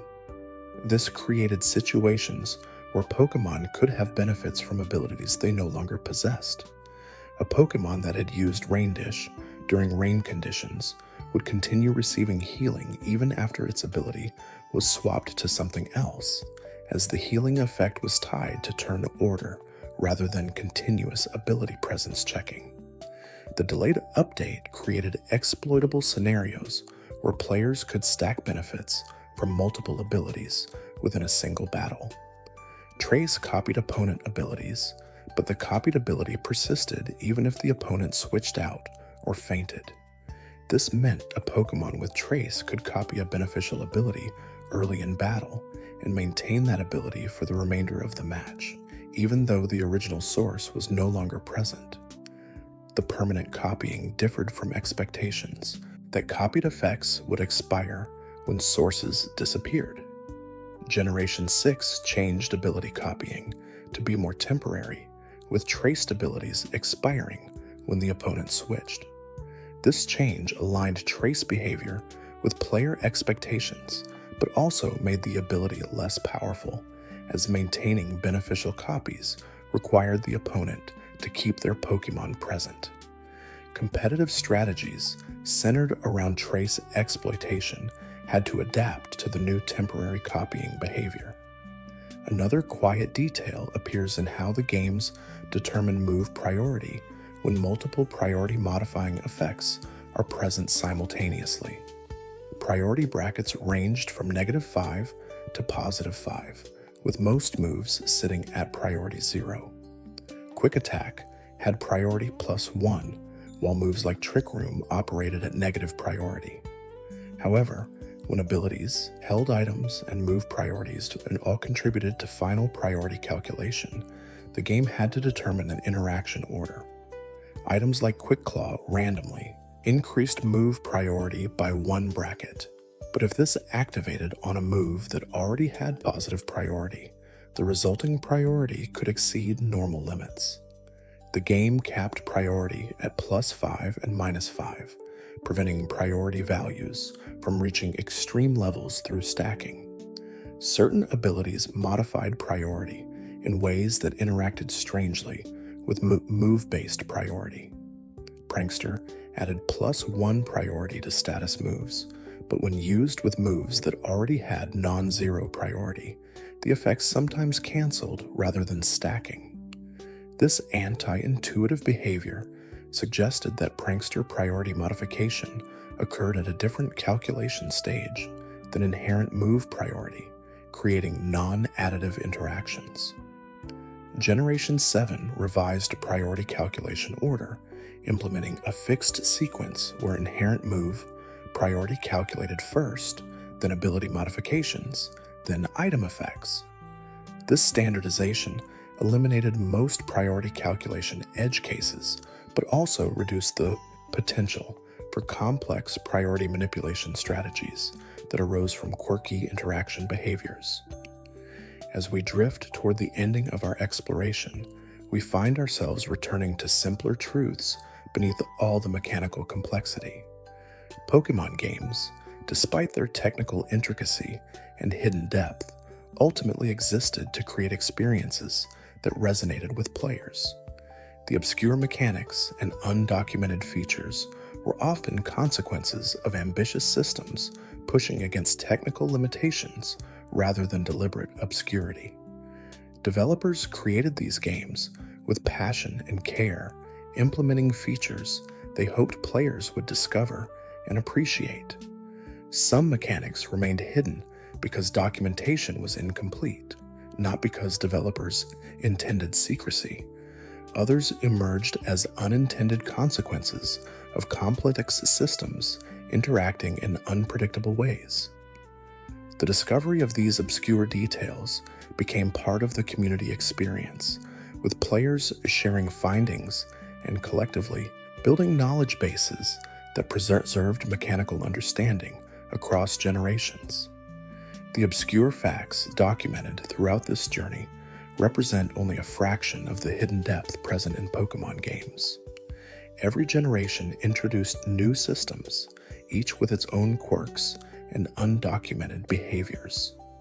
Communities devoted to understanding these mechanics continued analyzing games years after release, discovering details that developers never explicitly confirmed or explained.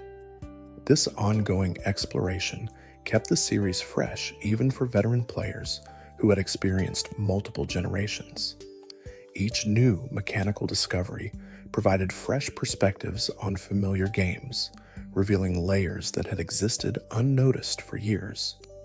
The obscure became fascinating through its scarcity, its resistance to casual detection, and the dedication required to uncover it. As we settle into the quietest moments, we recognize that the value of these obscure facts extends beyond their immediate gameplay impact. They represent the depth of craftsmanship that went into creating complex game systems, the passion of communities dedicated to understanding every detail, and the enduring nature of games that continued revealing secrets years after their creation. The journey through obscurity reminds us that even in meticulously documented games, mysteries remain waiting to be discovered. Every player who explores thoroughly, questions expected behaviors, and tests edge cases contributes to collective understanding. The obscure facts we've encountered tonight existed in shadows until curious players illuminated them, transforming hidden mechanics into shared knowledge. And as sleep approaches, as thoughts drift toward quieter spaces, we carry these small truths with us, fragments of hidden knowledge about games that shaped childhoods and continue resonating across decades. The obscure details, the mechanical quirks, the undocumented features all remind us that beneath the surface of familiar experiences lie depths waiting for those patient enough to explore them. The obscure facts persist in the code, in the save files, in the memories of players who discovered them. They exist as testament to the care developers invested in creating intricate systems, the dedication of communities to understanding them completely, and the enduring magic of games that reward thorough exploration. These facts, once hidden, now rest in the light, preserved, documented, and shared across generations of trainers who continue seeking the mysteries that remain. The landscape of obscure mechanics extends further still, reaching into corners where even dedicated players rarely venture. Hidden within the game's architecture lie details about how weather effects persist across battle transitions, and how terrain changes interact with abilities in ways that documentation never explained. Rain dances affect duration varied between generations in undocumented ways, with Generation 3 weather lasting 5 turns, while Generation 5 extended this to 8 turns when the user held a damp rock. This duration extension applied to all weather enmussing moves and abilities, creating situations where weather teams gained significant advantages through held item selection. However, the damp rock's effect was not universal. Certain weather conditions, initiated through abilities rather than moves, had permanent duration that items could not modify. Drought and drizzle created weather that lasted until another weather condition replaced it, ignoring turn count limitations entirely. The permanent weather from abilities created complex strategic considerations.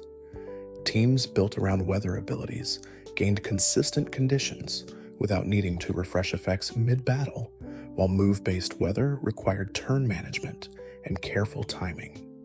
Competitive formats sometimes banned permanent weather abilities due to their overwhelming advantages, forcing players to rely on move-based weather with finite durations. Generation 6 changed weather mechanics fundamentally, limiting all weather effects to 5 turns regardless of source. This change affected drought and drizzle as dramatically as move-based weather, eliminating permanent conditions entirely. The mechanical shift disrupted established weather team strategies, requiring adaptation to time-limited conditions even when using ability-based initiation. Another layer of obscurity appears when examining how entry hazards stack and interact across multiple setting attempts. Stealth Rock could only be set once per side, with additional uses failing if rocks were already present. However, spikes could stack up to 3 layers, with each layer dealing progressively more damage to switching Pokémon. The stacking calculation used additive damage increases, meaning 3 layers dealt significantly more damage than 1. Toxic spikes followed unique stacking rules where 2 layers changed the poisoning effect from regular poison to badly poisoned status. This binary threshold created strategic decisions about whether to set 2 layers for maximum effect or preserve turn economy by setting only 1. Poison-type Pokémon switching into toxic spikes absorbed the hazard entirely, removing it from the field and providing safe switching for the affected team. The absorption mechanic created interesting counterplay dynamics where players could remove entry hazards through strategic switching rather than using dedicated removal moves like Rapid Spin. However, absorption only worked for toxic spikes, with Stealth Rock and spikes requiring move-based removal. This inconsistency suggested different implementation approaches for different hazard types during development. Generation 8 introduced heavy-duty boots, a held item that prevented all entry hazard damage for the holding Pokémon. This item dramatically shifted competitive dynamics, allowing hazard-weak Pokémon to switch freely without suffering gradual attrition. The boots became essential equipment for many Pokémon, creating item slot competition between heavy-duty boots and other beneficial held items. Another fascinating detail appears when examining how the games calculate experience distribution in multi-battle scenarios. In double battles, where multiple Pokémon participated in defeating a single opponent, experience was divided among participants using formulas that changed between generations. Generation 4 divided experience evenly among all participants, while Generation 5 implemented weighted distribution that favored Pokémon dealing more damage. The weighted distribution system created optimization strategies where players could manipulate damage contribution to maximize experience gain for specific team members. By ensuring desired Pokémon dealt finishing blows or contributed majority damage, players could accelerate leveling for specific party members while minimizing experience waste on over-leveled Pokémon. Generation 6's Universal Experience.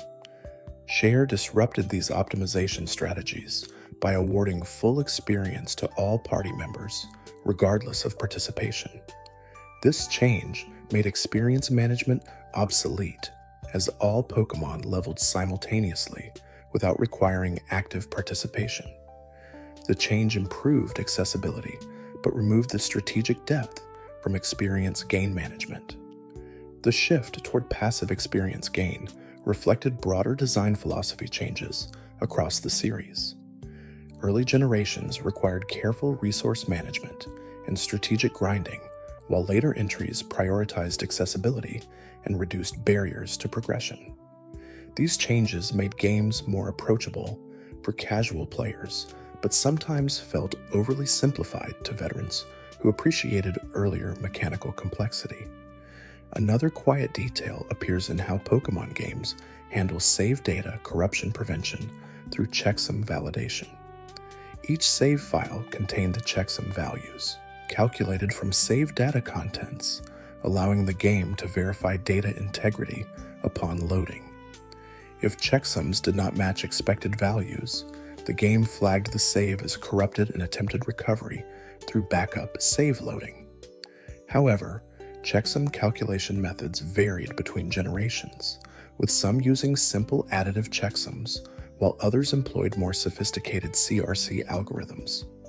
The variation affected how easily save files could be edited externally, as simple checksums could be manually recalculated after editing, while CRC checksums required specialized tools. Players who modified save files through external editors needed to update checksums correctly or risk save corruption detection. Communities developed checksum calculation tools that automated this process, allowing save editing without triggering corruption flags.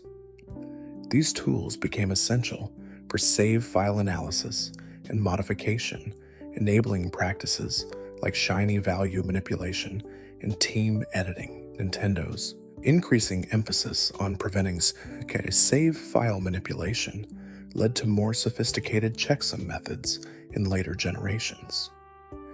Generation 7 implemented encrypted save data with checksums embedded within encrypted blocks, making external editing significantly more difficult. This enhanced security protected against cheating, but also prevented legitimate save backup and recovery through external means.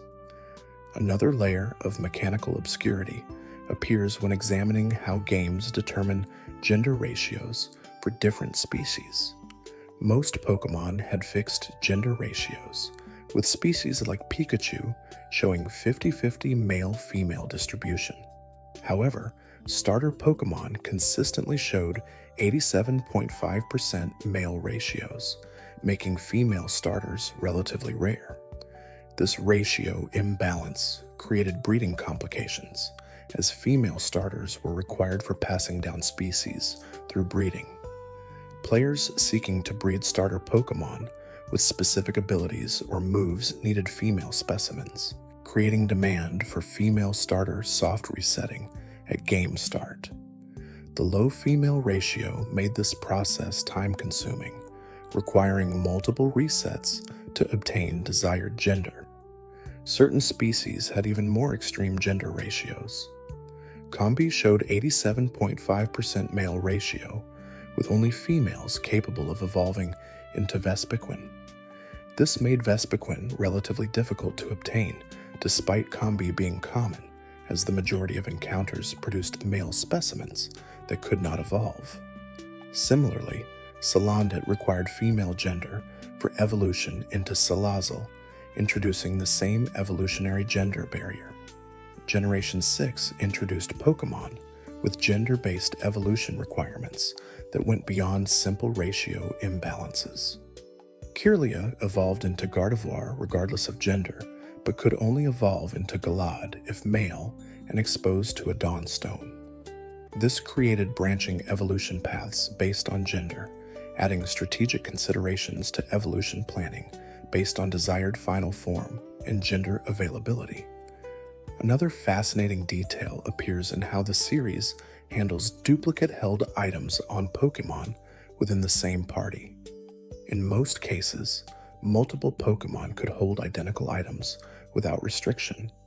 Multiple team members could each hold leftovers, providing passive healing to the entire team.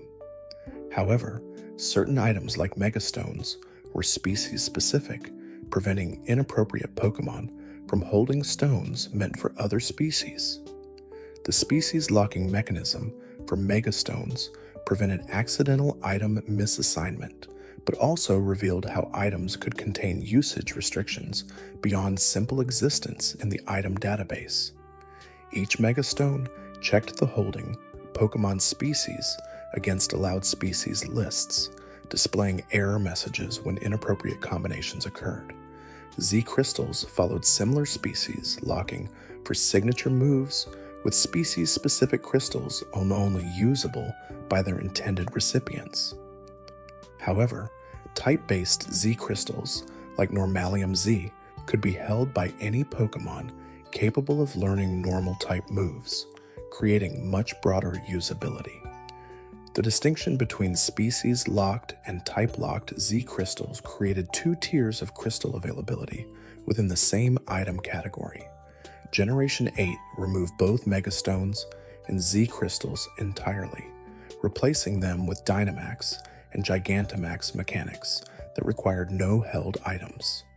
This change freed item slots for other strategic choices, but also removed the item-based power-up systems that had defined Generation 6 and 7 competitive play. Another quiet detail appears when examining how games determine move accuracy checks and handle certain accuracy-related abilities. Moves with 100% accuracy always hit unless the opponent used accuracy-lowering moves or abilities, like Minimize or Double Team. However, certain moves bypassed accuracy checks entirely, guaranteed to hit regardless of stat modifications. Swift and Aerial Ace represented guaranteed hit moves that ignored accuracy and evasion stats completely. These moves provided reliable damage in situations where accuracy became unreliable, but their lower base power compared to comparable moves created trade-offs between reliability and damage potential.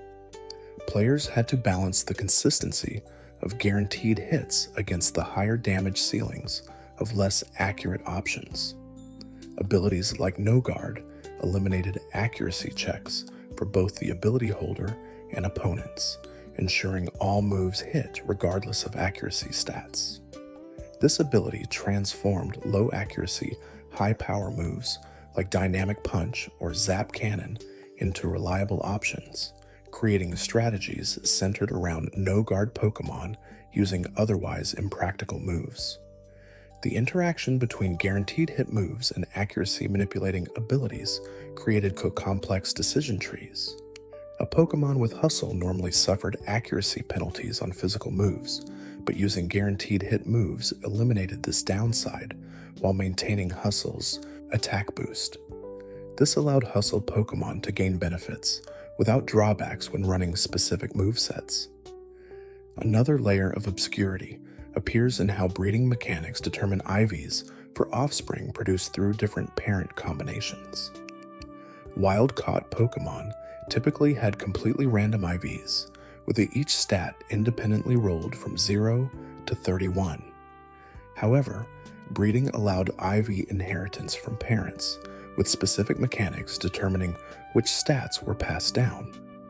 Generation 4 introduced power items that guaranteed specific IV inheritance when held by breeding parents.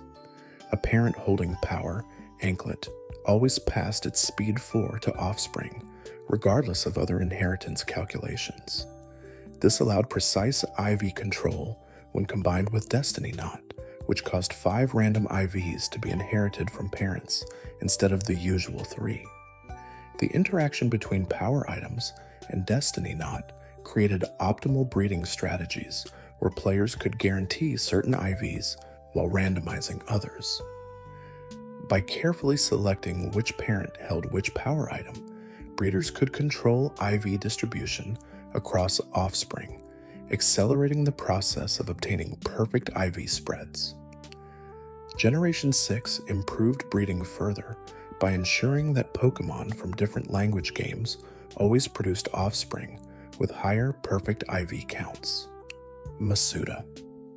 Method breeding increased both shiny rates and guaranteed minimum IV perfection, making international breeding the most efficient approach for obtaining competitive-ready offspring. Another fascinating detail appears when examining how games handle ability inheritance through breeding chains. Female Pokémon passed their ability slot to offspring, with regular abilities having 50% inheritance rates and hidden abilities having 60% inheritance rates.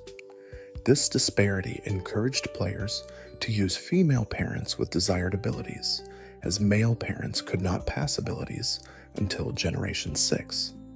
Generation 6 implemented cross-gender ability inheritance, allowing male parents to pass abilities when breeding with Ditto.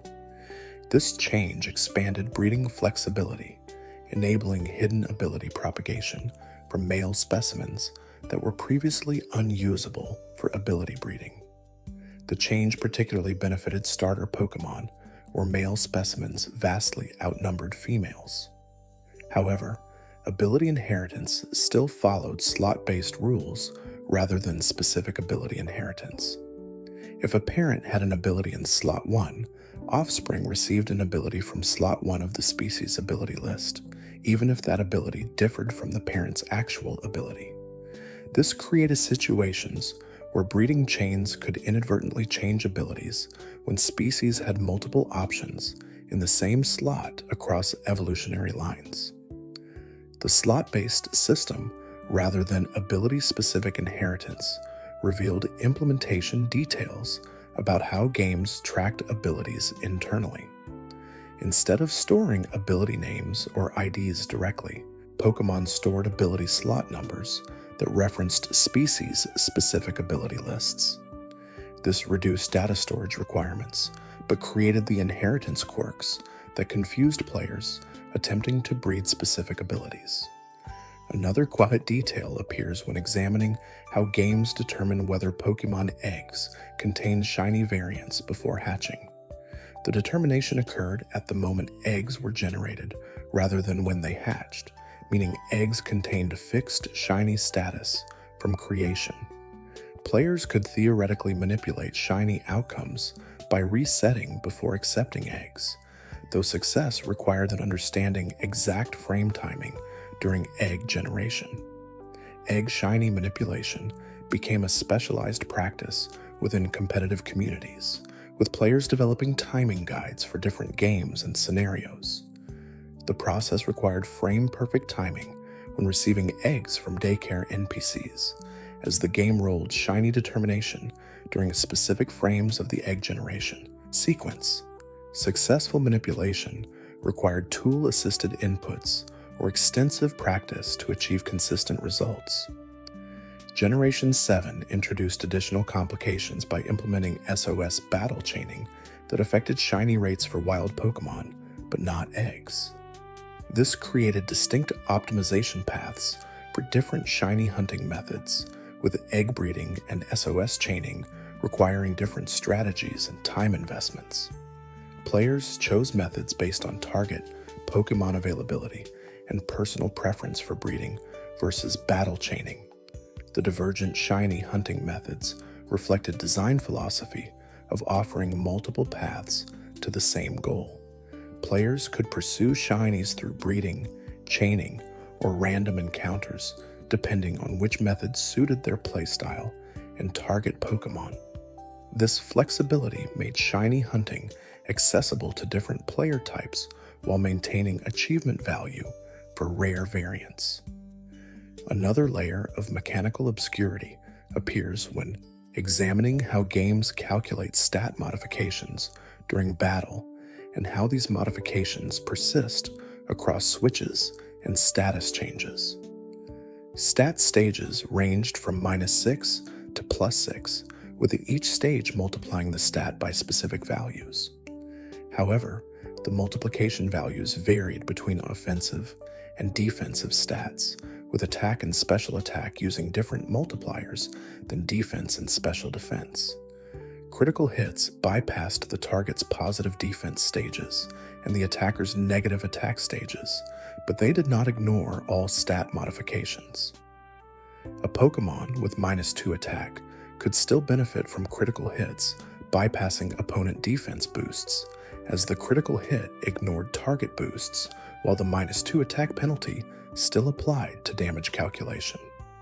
This asymmetric handling of stat stages during critical hits created situations where critical hits were more valuable for Pokémon suffering attack debuffs than for those with neutral or boosted stats. Players could strategically accept attack drops, knowing that critical hits would partially compensate by ignoring opponent defense boosts. Certain abilities modified how stat stages affected calculations. Simple doubled the effectiveness of stat stage changes, causing +1 stage to provide the same boost as +2 normally would. However, Simple doubled both positive and negative stages, meaning Pokémon with Simple suffered doubled penalties from stat drops unless they could prevent those drops through other means. Another fascinating detail appears when examining how the series handles event-exclusive abilities that were distributed through limited events. Some Pokémon received abilities through events that were not accessible through normal gameplay, creating permanent collection gaps for players who missed event windows. Superior with Contrary was only available through specific Generation 5 distributions, making Contrary Superior unobtainable for players who began the series after event expiration. These event-exclusive abilities, often transformed, affected Pokémon's competitive viability. Contrary Superior gained massive attack boosts from Leaf Storm's stat drops, as Contrary reversed the drops into boosts. This turned Leaf Storm into a move that dealt high damage while increasing offensive pressure with each use, creating a sweeper configuration impossible with standard Superior abilities. Nintendo's policy on event-exclusive abilities evolved over generations. Generation 7 began re-releasing previously exclusive abilities through in-game methods, allowing newer players to obtain content that was once time-limited. This change improved long-term accessibility, but reduced the exclusivity that made event Pokémon special to their original recipients. The transition from exclusive to accessible reflected tensions between collection completionism and competitive accessibility. Event-exclusive abilities created collectibles that commemorated participation in specific timeframes, but they also created competitive imbalances where newer players lacked access to powerful configurations. Balancing these concerns remained an ongoing challenge throughout the series. Another quiet detail appears when examining how move priority interacts with Trick Room conditions. Trick Room reversed to move priority order, causing slower Pokémon to move before faster ones within each priority bracket. However, Trick Room did not reverse priority brackets themselves. Moves with +1 priority still moved before 0 priority moves even under Trick Room conditions. This meant that priority moves maintained their advantage over normal moves, regardless of Trick Room status, but speed determined move order within each bracket reversed. A fast Pokémon using Quick Attack would still move before slower Pokémon using normal moves, but slower Pokémon would move first among all Pokémon using normal priority moves. The interaction between Trick, Room, and Priority created complex decision-making for team construction. Teams built around Trick Room typically included slow Pokémon to maximize the speed reversal benefit, but these teams remained vulnerable to priority moves that bypassed speed order entirely. Defensive measures against priority became essential for Trick Room teams. Despite the speed advantages, they gained from the room effect. Generation 8 introduced expanded priority interactions through abilities like Queenly Majesty and Psychic Surge that prevented priority moves from affecting certain Pokémon. These abilities gave Trick Room teams additional tools for handling priority moves that had previously been their primary weakness, improving Trick Room strategy viability in competitive play. Another layer of obscurity appears in how games track Pokémon encounter locations across transfers between generations. When Pokémon transferred from Generation 3 to 4, or from 4 to 5, their location data updated to reflect the transfer route rather than original catch location. This meant that transferred Pokémon displayed traveled across time and space to reach you instead of specific location names. However, the original location data remained preserved in hidden memory sections of the Pokémon's data structure. External tools could access this hidden location information, revealing where Pokémon were originally caught despite the visible location displaying generic transfer text. This preservation enabled verification of Pokémon origins even after multiple transfers across generations. Generation 6 improved location tracking by maintaining full location history across transfers.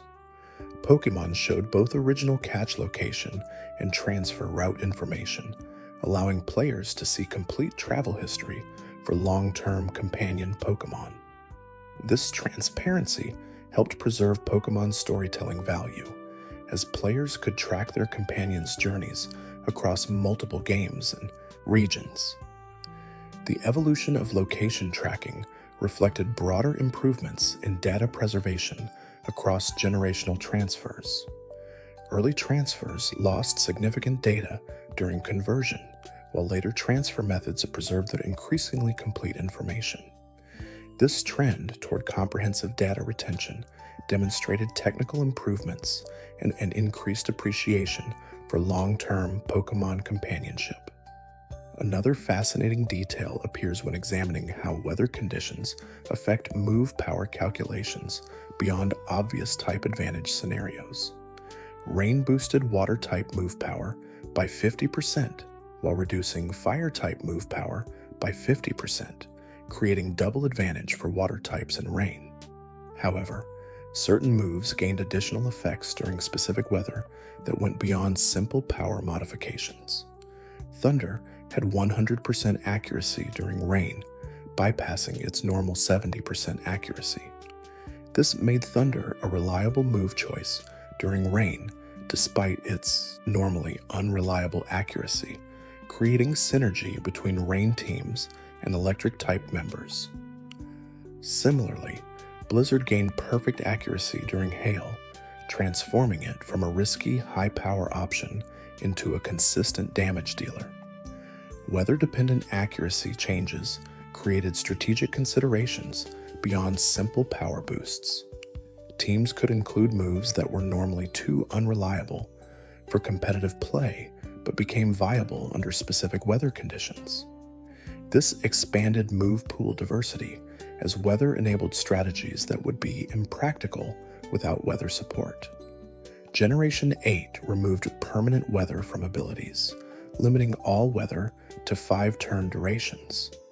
This change affected weather-dependent strategies significantly, as teams could no longer rely on permanent conditions to enable otherwise unreliable moves. Thunder and Blizzard strategies required careful turn management to ensure accuracy boosts remained active during critical turns.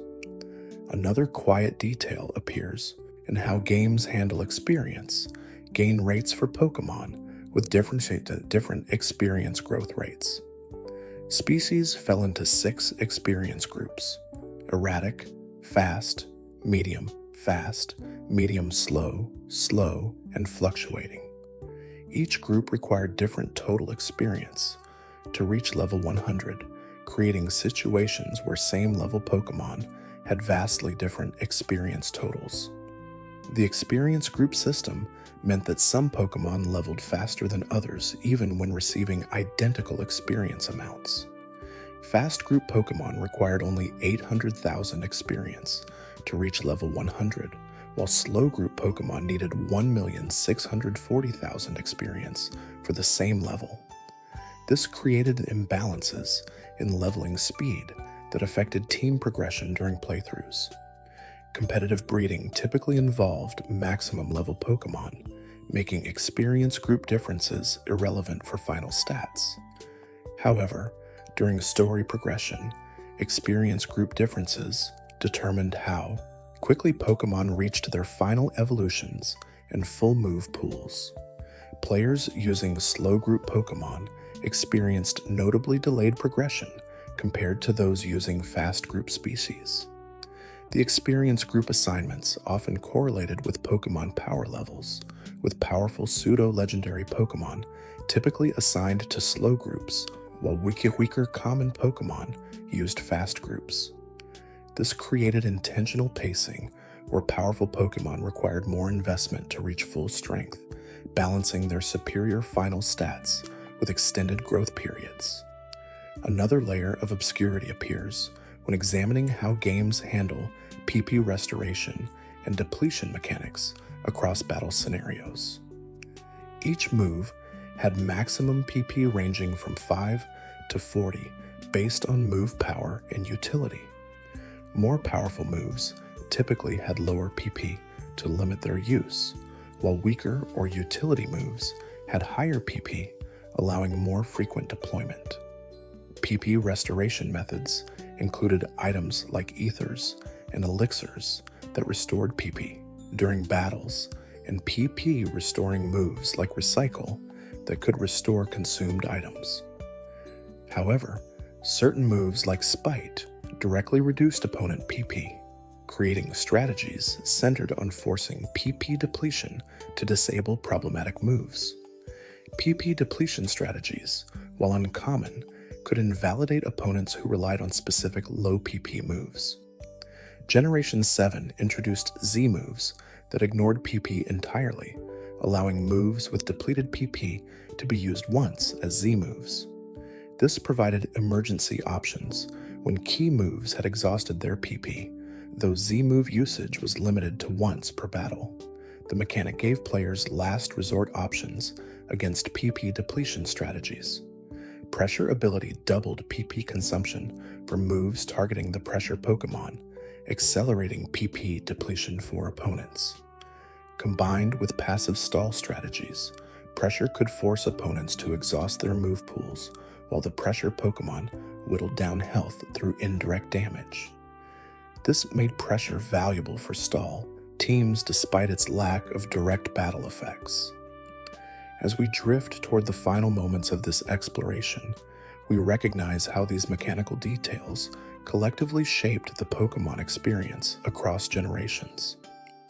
Each system, from weather mechanics to breeding chains to priority interactions, contributed layers of depth that rewarded mastery while remaining accessible to casual players.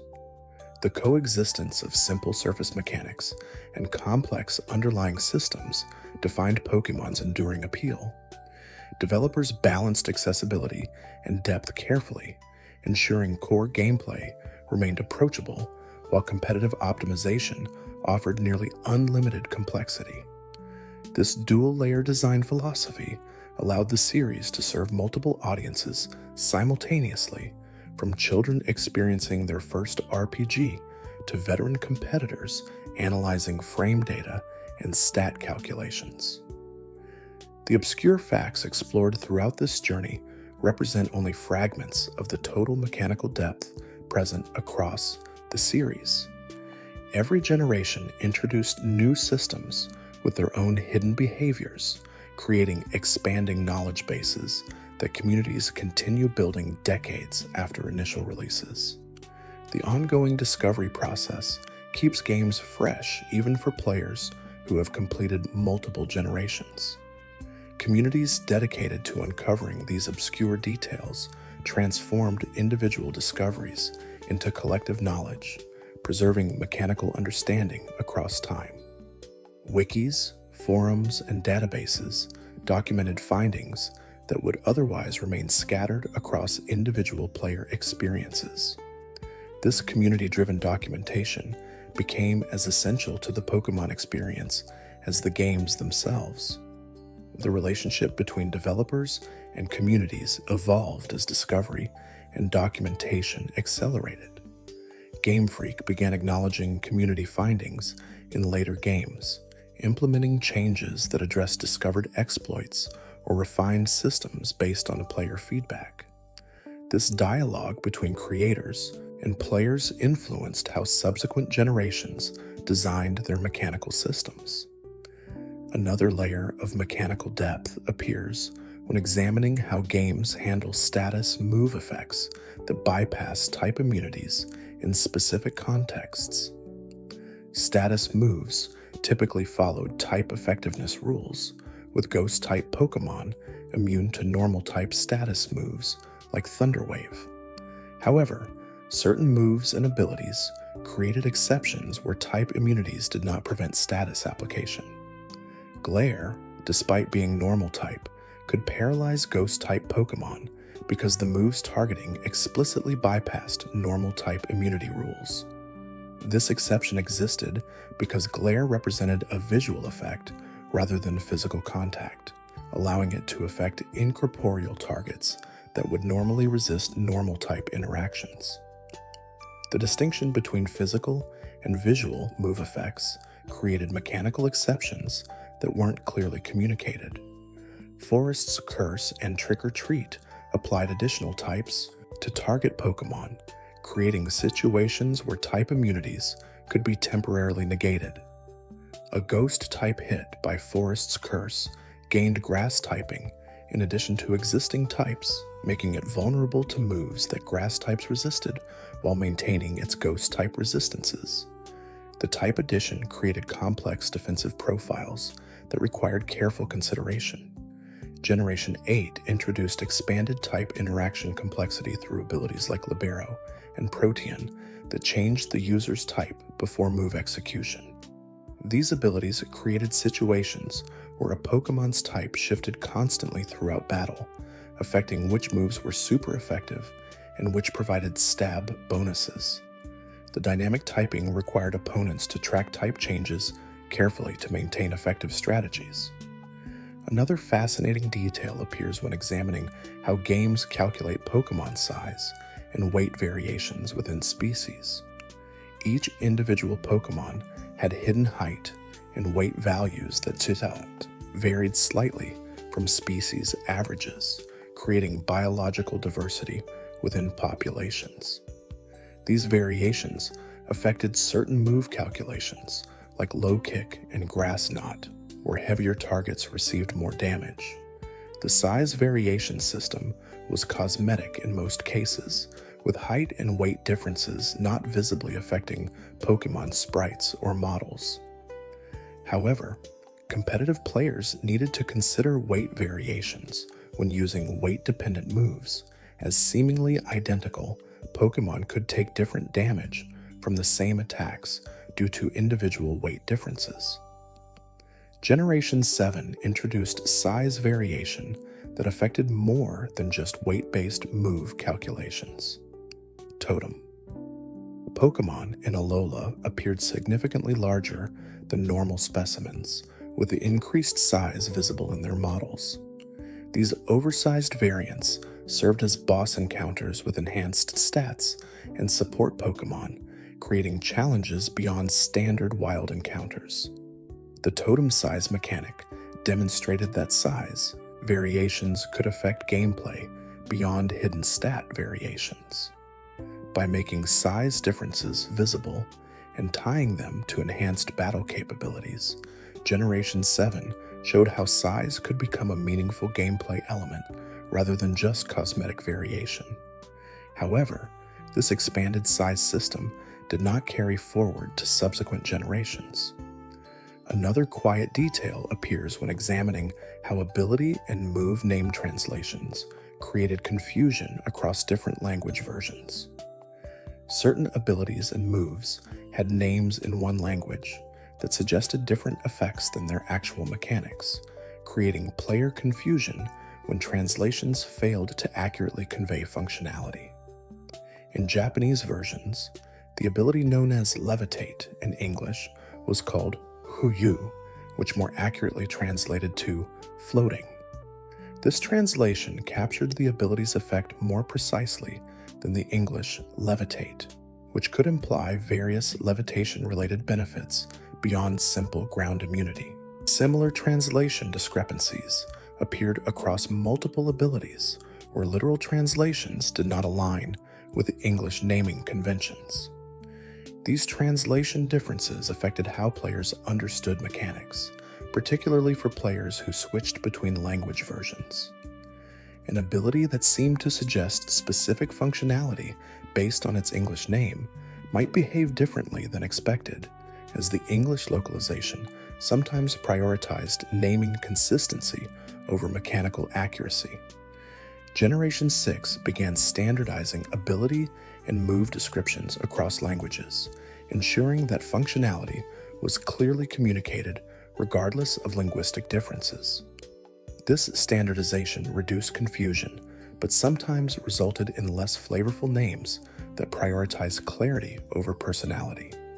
The trade-off between descriptive accuracy and naming creativity reflected ongoing localization challenges. Another layer of obscurity appears when examining how games handle HP bar color changes based on remaining health percentages. The HP bar displayed green when health exceeded 50% of maximum, yellow when between 20 and 50%, and red below 20%. These thresholds triggered different audio cues, with the red zone producing an urgent beeping sound that intensified as HP decreased further. However, the HP bar color thresholds were not perfectly aligned with other game mechanics. Moves like reversal and flail gained power based on remaining HP percentages, but their damage calculations used different thresholds than HP bar colors. A Pokémon in yellow HP bar range might still be in moderate reversal power range rather than maximum power, requiring players to learn exact HP percentages rather than relying on visual indicators. The emergency item trigger threshold also differed from HP bar colors. Orange Berry activated when HP dropped below 50%, coinciding with the green to yellow transition. However, Citrus Berry in Generation 7 activated at 50% or below rather than at a lower threshold, creating confusion about when emergency healing would trigger. Generation 8 standardized emergency thresholds more consistently across visual indicators and item triggers, reducing the disconnect between what players saw and what game mechanics measured. This standardization improved intuitive understanding, but removed a certain optimization opportunities that arose from knowing exact threshold values that differed from visual feedback. Another fascinating detail appears when examining how critical hits interacted with damage reduction abilities and items across different generations. Critical hits bypassed the target's stat boosts and the attacker's vet stat drops, but their interaction with ability-based damage reduction varied between generations. In Generation 4, abilities like Solid Rock and Filter reduced super effective damage after critical hit calculation, meaning critical hits dealt full damage before ability reduction. Generation 5 challenged this interaction order, calculating ability reduction before displaying critical hit messages. This subtle reordering affected how much damage critical hits dealt against Pokémon with damage reduction abilities, making those abilities more valuable against critical hit-focused strategies. The change went undocumented, discovered through extensive damage calculation testing. Light Screen and Reflect interacted with critical hits in ways that seemed inconsistent with ability-based reduction. Critical hits ignored these screens entirely during damage calculation, treating them as stat boosts rather than field effects. This made screen-based defense less reliable against critical hit teams, as the primary defensive layer could be completely bypassed. The distinction between stat boosts, field effects, and ability effects created hierarchical defensive layers that critical hits navigated differently. Understanding which defensive measures critical hits bypassed and which they respected became essential knowledge for competitive players optimizing defensive team compositions against critical hit strategies. Another quiet detail appears when examining how games determined which moves were affected by sound-based move blocking abilities. Soundproof prevented moves with sound-based effects from affecting the soundproof Pokémon, but determining which moves counted as sound-based was not always intuitive. Hyper Voice and Boom Burst obviously involved sound, but moves like Snore and Relic Song were also sound-based despite less obvious audio themes. The game's internal move categorization included a sound-based flag that determined soundproof interaction, but this flag was not exposed to players through move descriptions or database entries.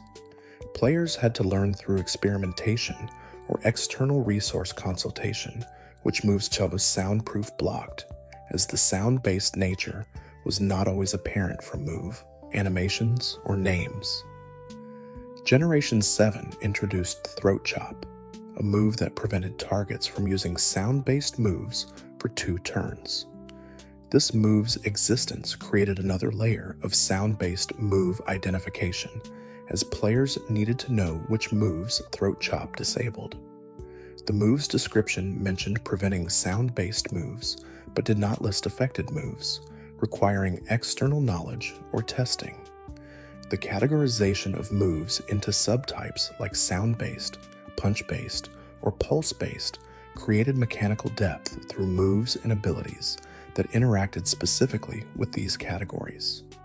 However, the lack of in-game documentation for these categorizations created knowledge barriers that rewarded external research while potentially confusing casual players. Another layer of mechanical obscurity appears when examining how games handle confusion damage calculation. Confused Pokémon had chances to hurt themselves instead of executing moves, with self-inflicted damage calculated using the confused Pokémon's own attack and defense stats. This meant that high-attack Pokémon suffered more from confusion than low-attack species, creating situations where confusion was more dangerous for physical attackers. The confusion damage calculation used a fixed base power of 40, applied against the confused Pokémon's defensive stats. This created predictable damage ranges based on attack and defense values, though the exact calculation was never explained in-game. Players who understood the calculation could predict how dangerous confusion would be for specific Pokémon before risking continued attacks. Generation 7 reduced confusion activation chance from 50% to 33%, making confused Pokémon less likely to hit themselves. This change addressed competitive concerns about confusion's impact on battles, particularly in situations where confusion could decide matches through random chance rather than strategic planning. This reduction in confusion chance reflected broader moves toward reducing random variance in competitive battles. Similar changes reduced critical hit damage, multipliers, and paralysis speed reduction, creating more predictable battle outcomes. These changes improved competitive stability, but removed some of the excitement and unpredictability that made casual battles dramatic. Another fascinating detail appears when examining how games implemented damage rounding at various calculation stages throughout the damage formula. The damage calculation included multiple multiplication and division operations, each of which could require rounding to produce integer results. The order in which these rounding operations occurred affected final damage values, sometimes producing results that seemed inconsistent with documented formulas. Different generations implemented rounding at different calculation stages, meaning identical attacks in different games could deal slightly different damage due to rounding variation. Generation 3 rounded after each major calculation step, while Generation 5 batched calculations before rounding, reducing cumulative rounding errors. These implementation differences were never documented, discovered only through exhaustive damage testing. The rounding variations particularly affected low-damage calculations, where rounding constituted significant percentages of total damage. A move dealing 10 damage might round to 9 or 11, depending on intermediate calculation results, a 10% variation caused entirely by rounding artifacts. These edge cases mattered for specific competitive scenarios where precise damage calculations determined KO thresholds. Generation 8 implemented consistent rounding across all calculation stages, eliminating generation-specific variations. This standardization made damage calculations more predictable across games, but required competitive communities to rebuild damage calculation databases with new rounding assumptions. The effort demonstrated how even minor mechanical changes could have substantial impacts on competitive knowledge infrastructure. Another quiet detail appears when examining how seasonal variations affected gameplay in Generation 5. Black and White introduced monthly season changes that affected route appearances, wild Pokémon availability, and certain NPC behaviors.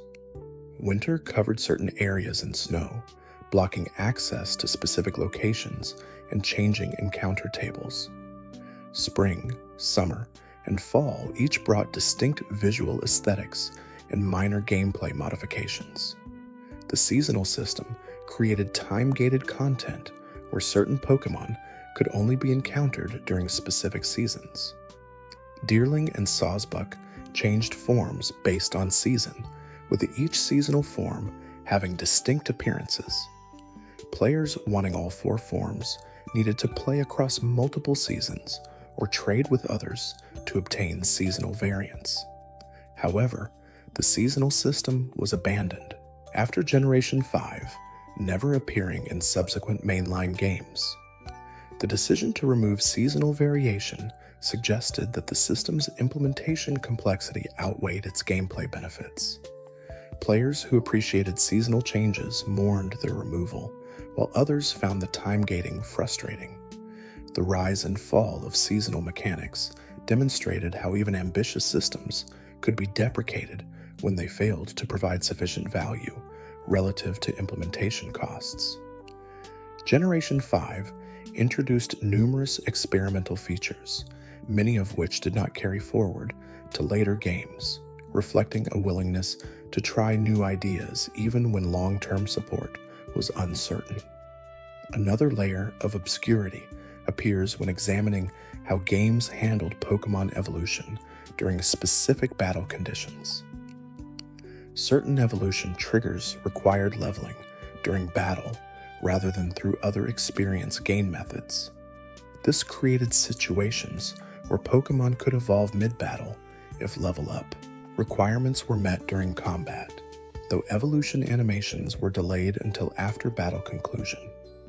Evolution triggers checked at level up moments, but additional evolution requirements like friendship or time of day were also checked simultaneously.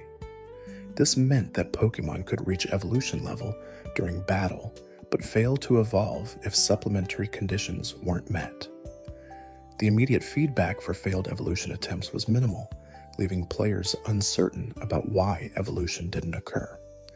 Generation 7 introduced evolution previews that displayed whether evolution would occur upon level up, eliminating surprise failures. This preview system communicated all evolution requirements clearly, showing players which conditions needed to be met before evolution would trigger.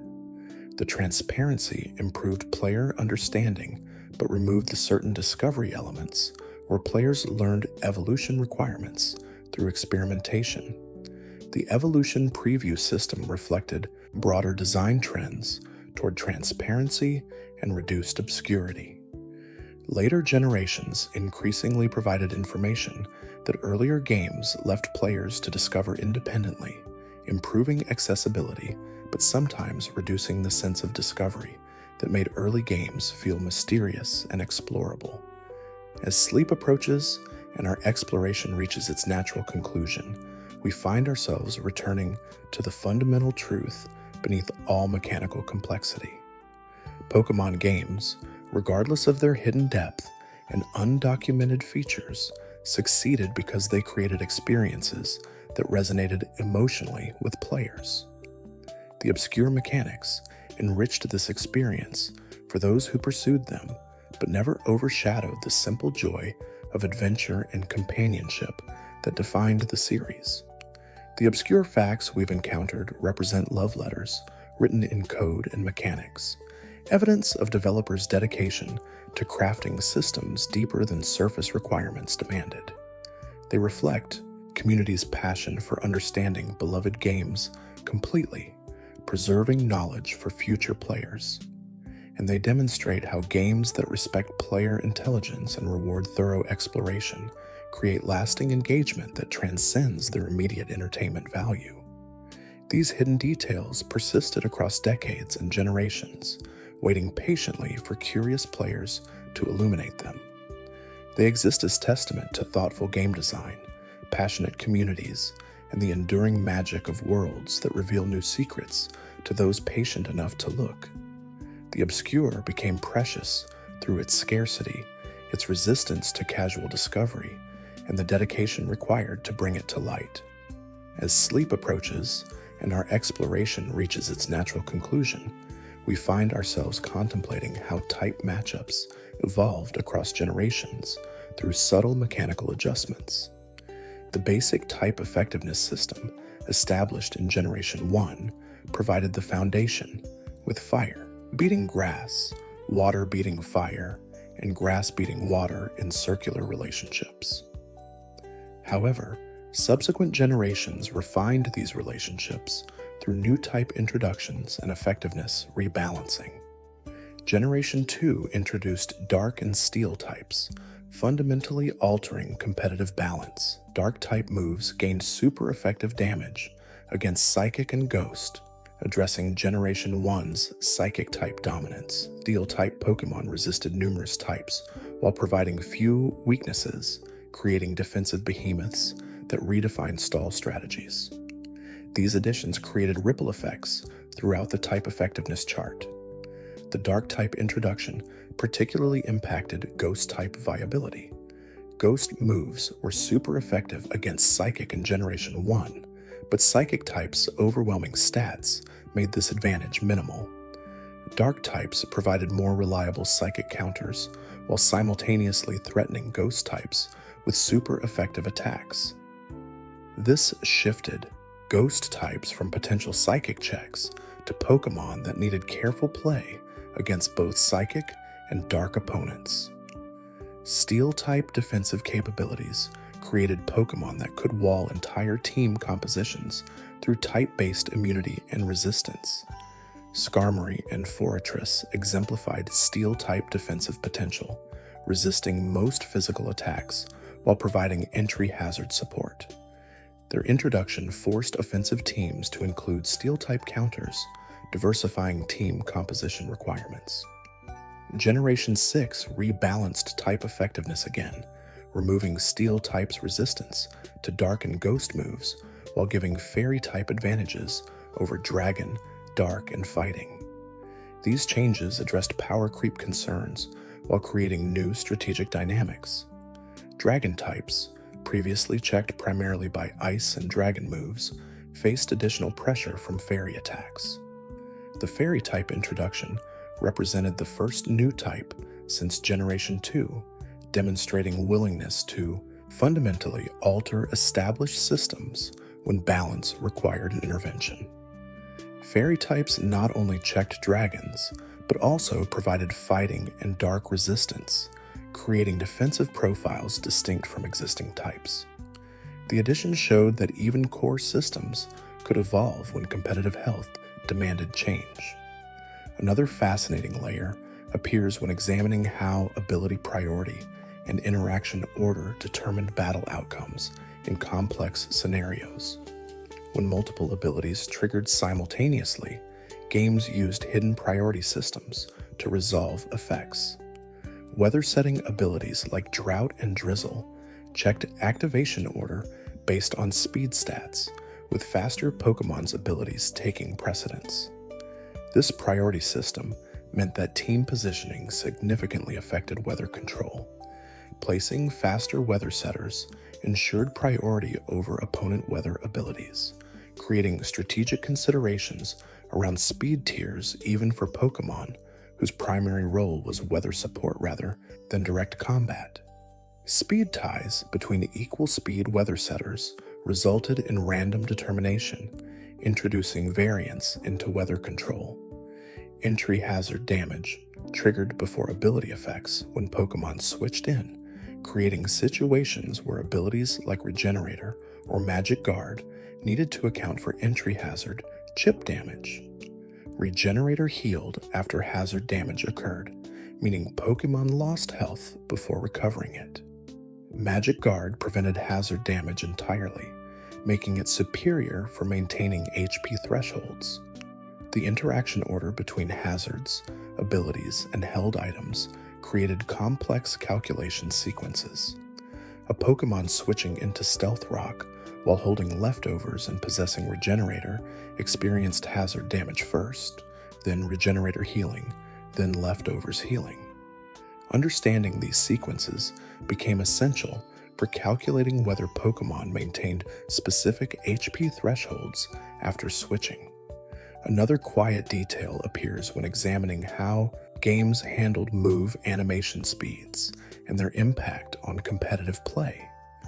Certain moves had extended animations that consumed more battle time than others, creating strategic considerations in timed battle formats.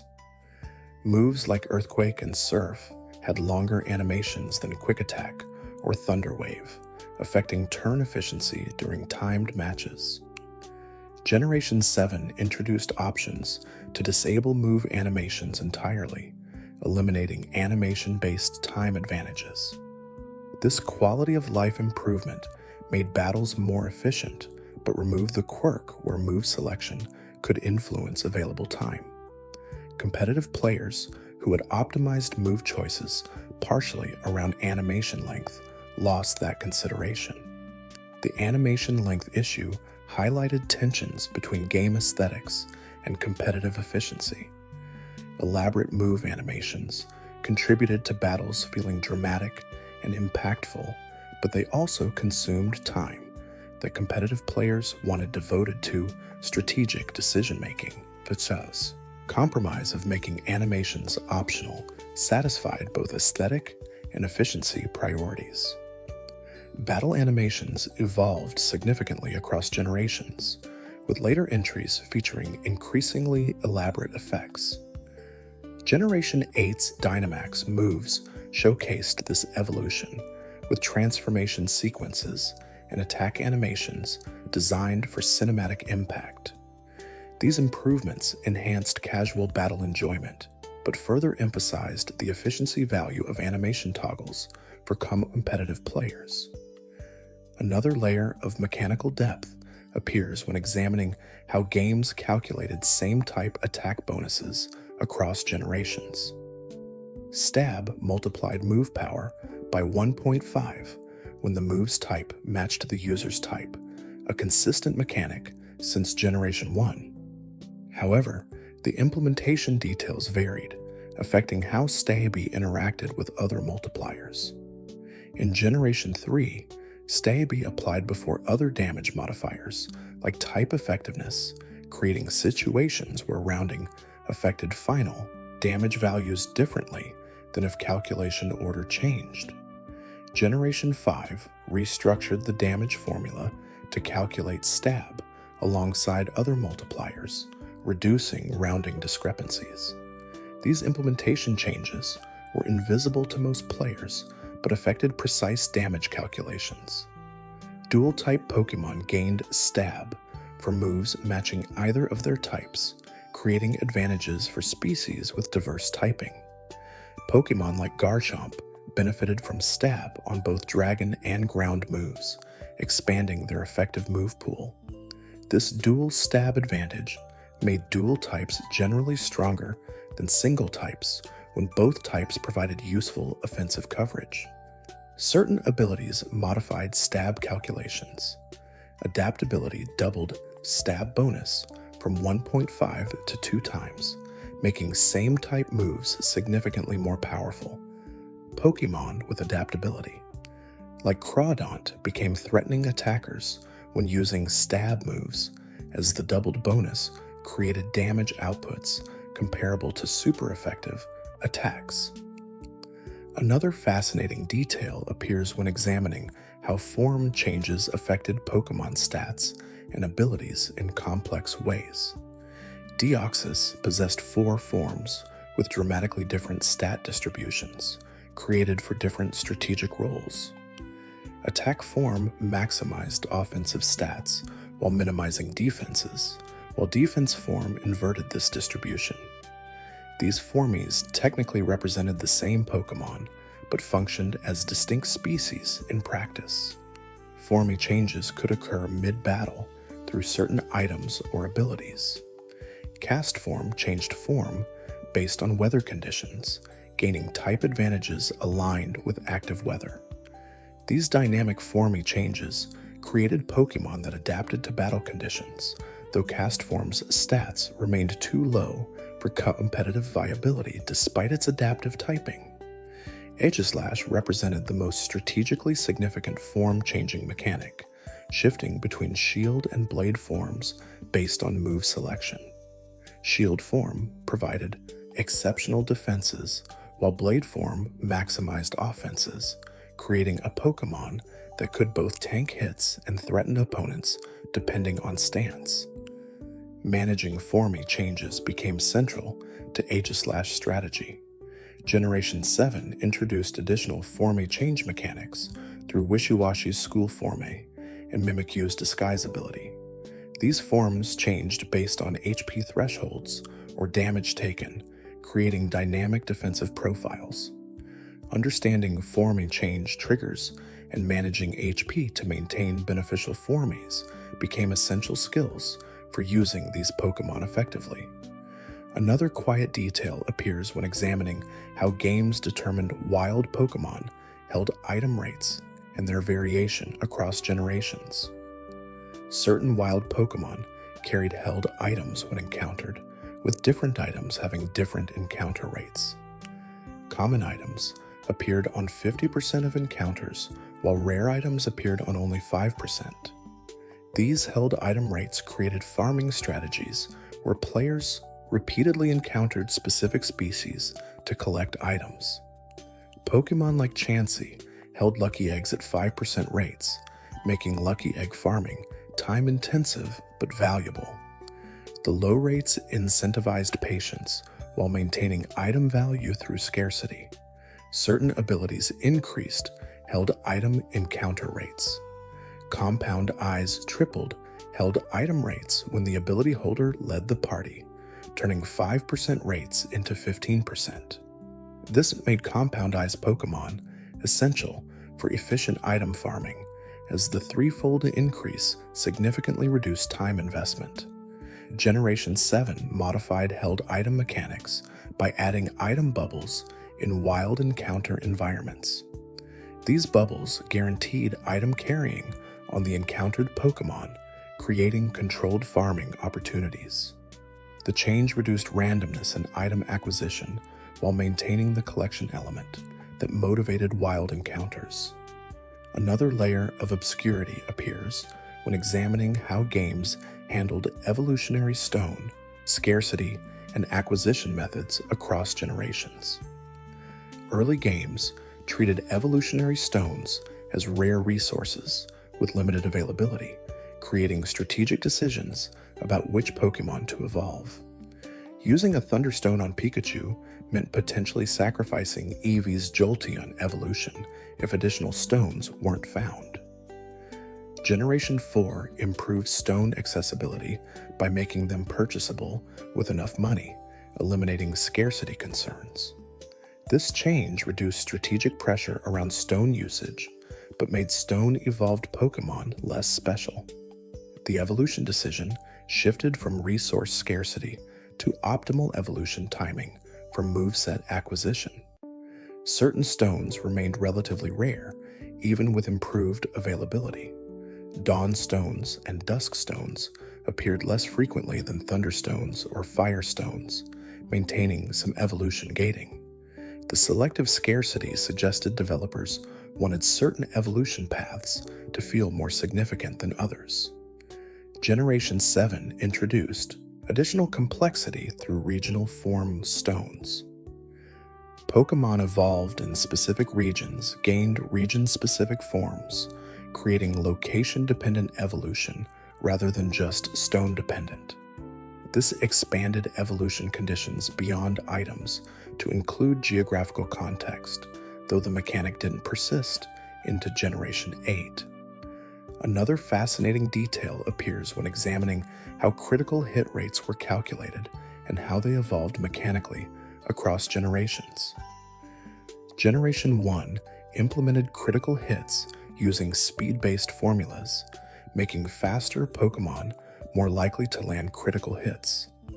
This created situations where speed influenced battles beyond move order, affecting damage output probability. Generation 2 restructured critical hit calculation to use fixed base rates modified by moves and abilities, rather than speed. This removed the speed critical hit correlation while making critical hit optimization more predictable. Moves like Slash provided guaranteed critical hit. Stage increases, allowing strategies built around consistent critical hits. The critical hit stage system capped at Stage 4 in early generations, where every attack became a critical hit. Later generations reduced this cap to Stage 3, limiting guaranteed critical hit strategies.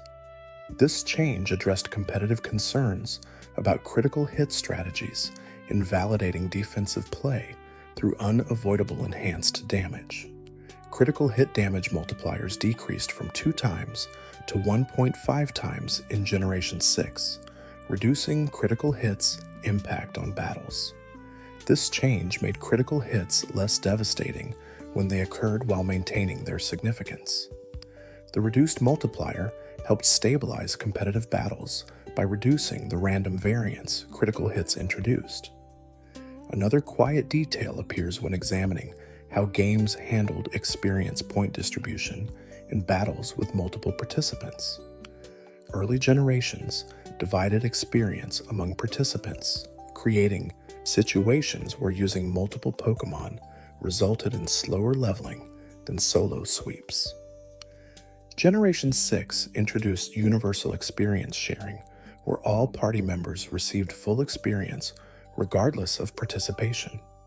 This change dramatically accelerated progression, making team-wide leveling feasible without dedicated grinding. Players no longer needed to rotate team members artificially to ensure balanced leveling, as passive experience kept benched Pokémon competitive. The change improved accessibility, but reduced strategic considerations around experience distribution. Certain held items modified experience gain. Lucky Egg increased experience by 50% for the holding Pokémon, creating optimization where Lucky Eggs rotated among team members needing leveling priority. The item-based experience boost allowed targeted leveling acceleration without affecting overall experience distribution systems. Experience. Share item functionality evolved across generations. Earliest versions required manual use to split experience between participants and non-participants. Later versions became passive effects that couldn't be disabled, creating mandatory universal experience sharing. This removed the player agency over experience distribution, prioritizing accessibility over customization. Another layer of mechanical intricacy appears when examining how damage calculation handled fractional HP values and rounding for percentage-based damage moves. Moves like Super Fang dealt 50% of target's current HP, requiring rounding when HP was odd numbers. Different generations rounded differently, with some rounding down and others rounding up for these calculations.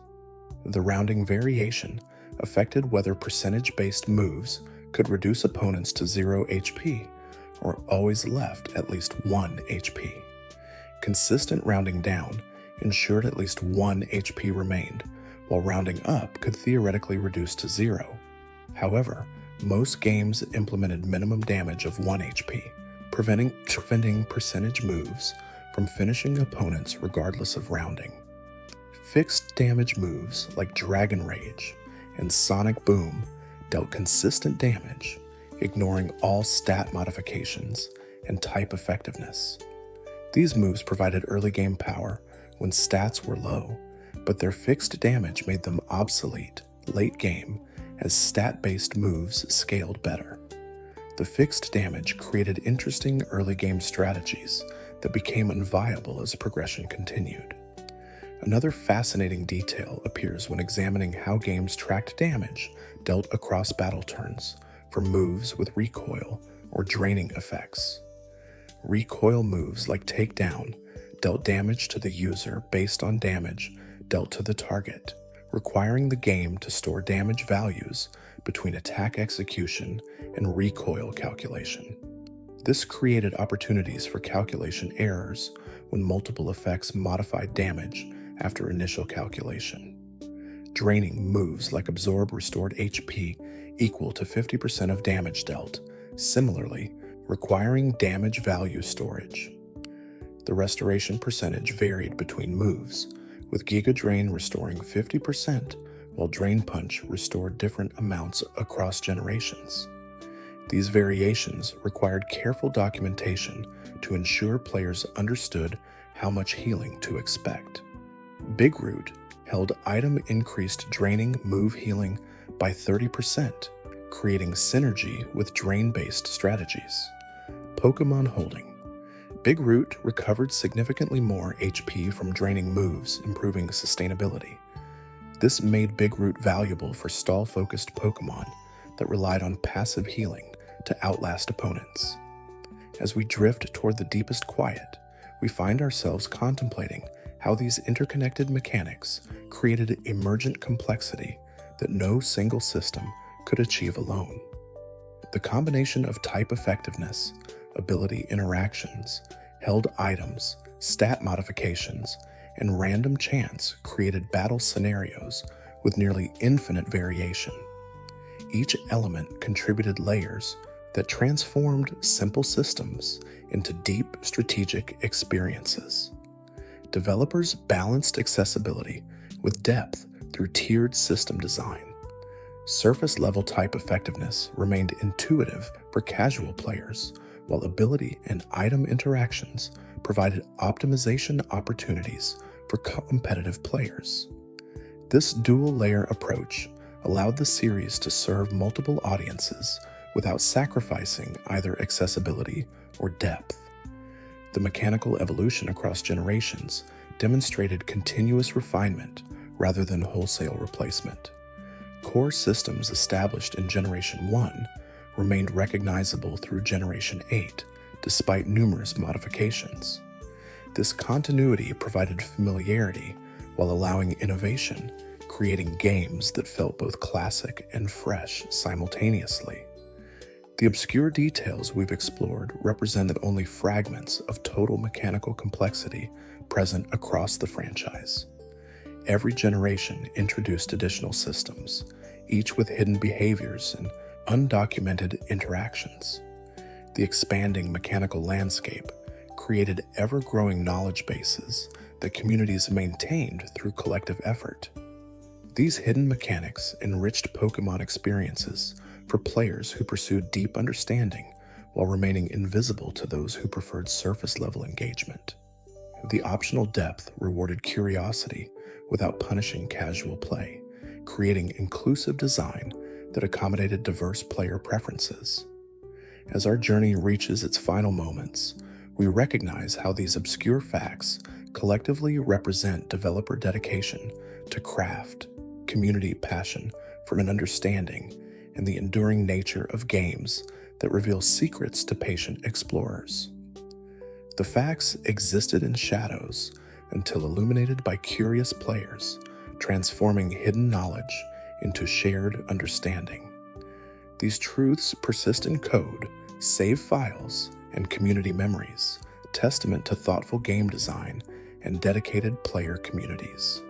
They remind us that beneath familiar surfaces lie depths awaiting discovery, that mysteries remain even in thoroughly explored games, and that patient investigation rewards those who seek a complete understanding. Thanks for watching. If you enjoyed drifting through these quiet moments, there's another video waiting on the left of your screen. Let it play while you rest. You might discover something gentle before sleep takes you.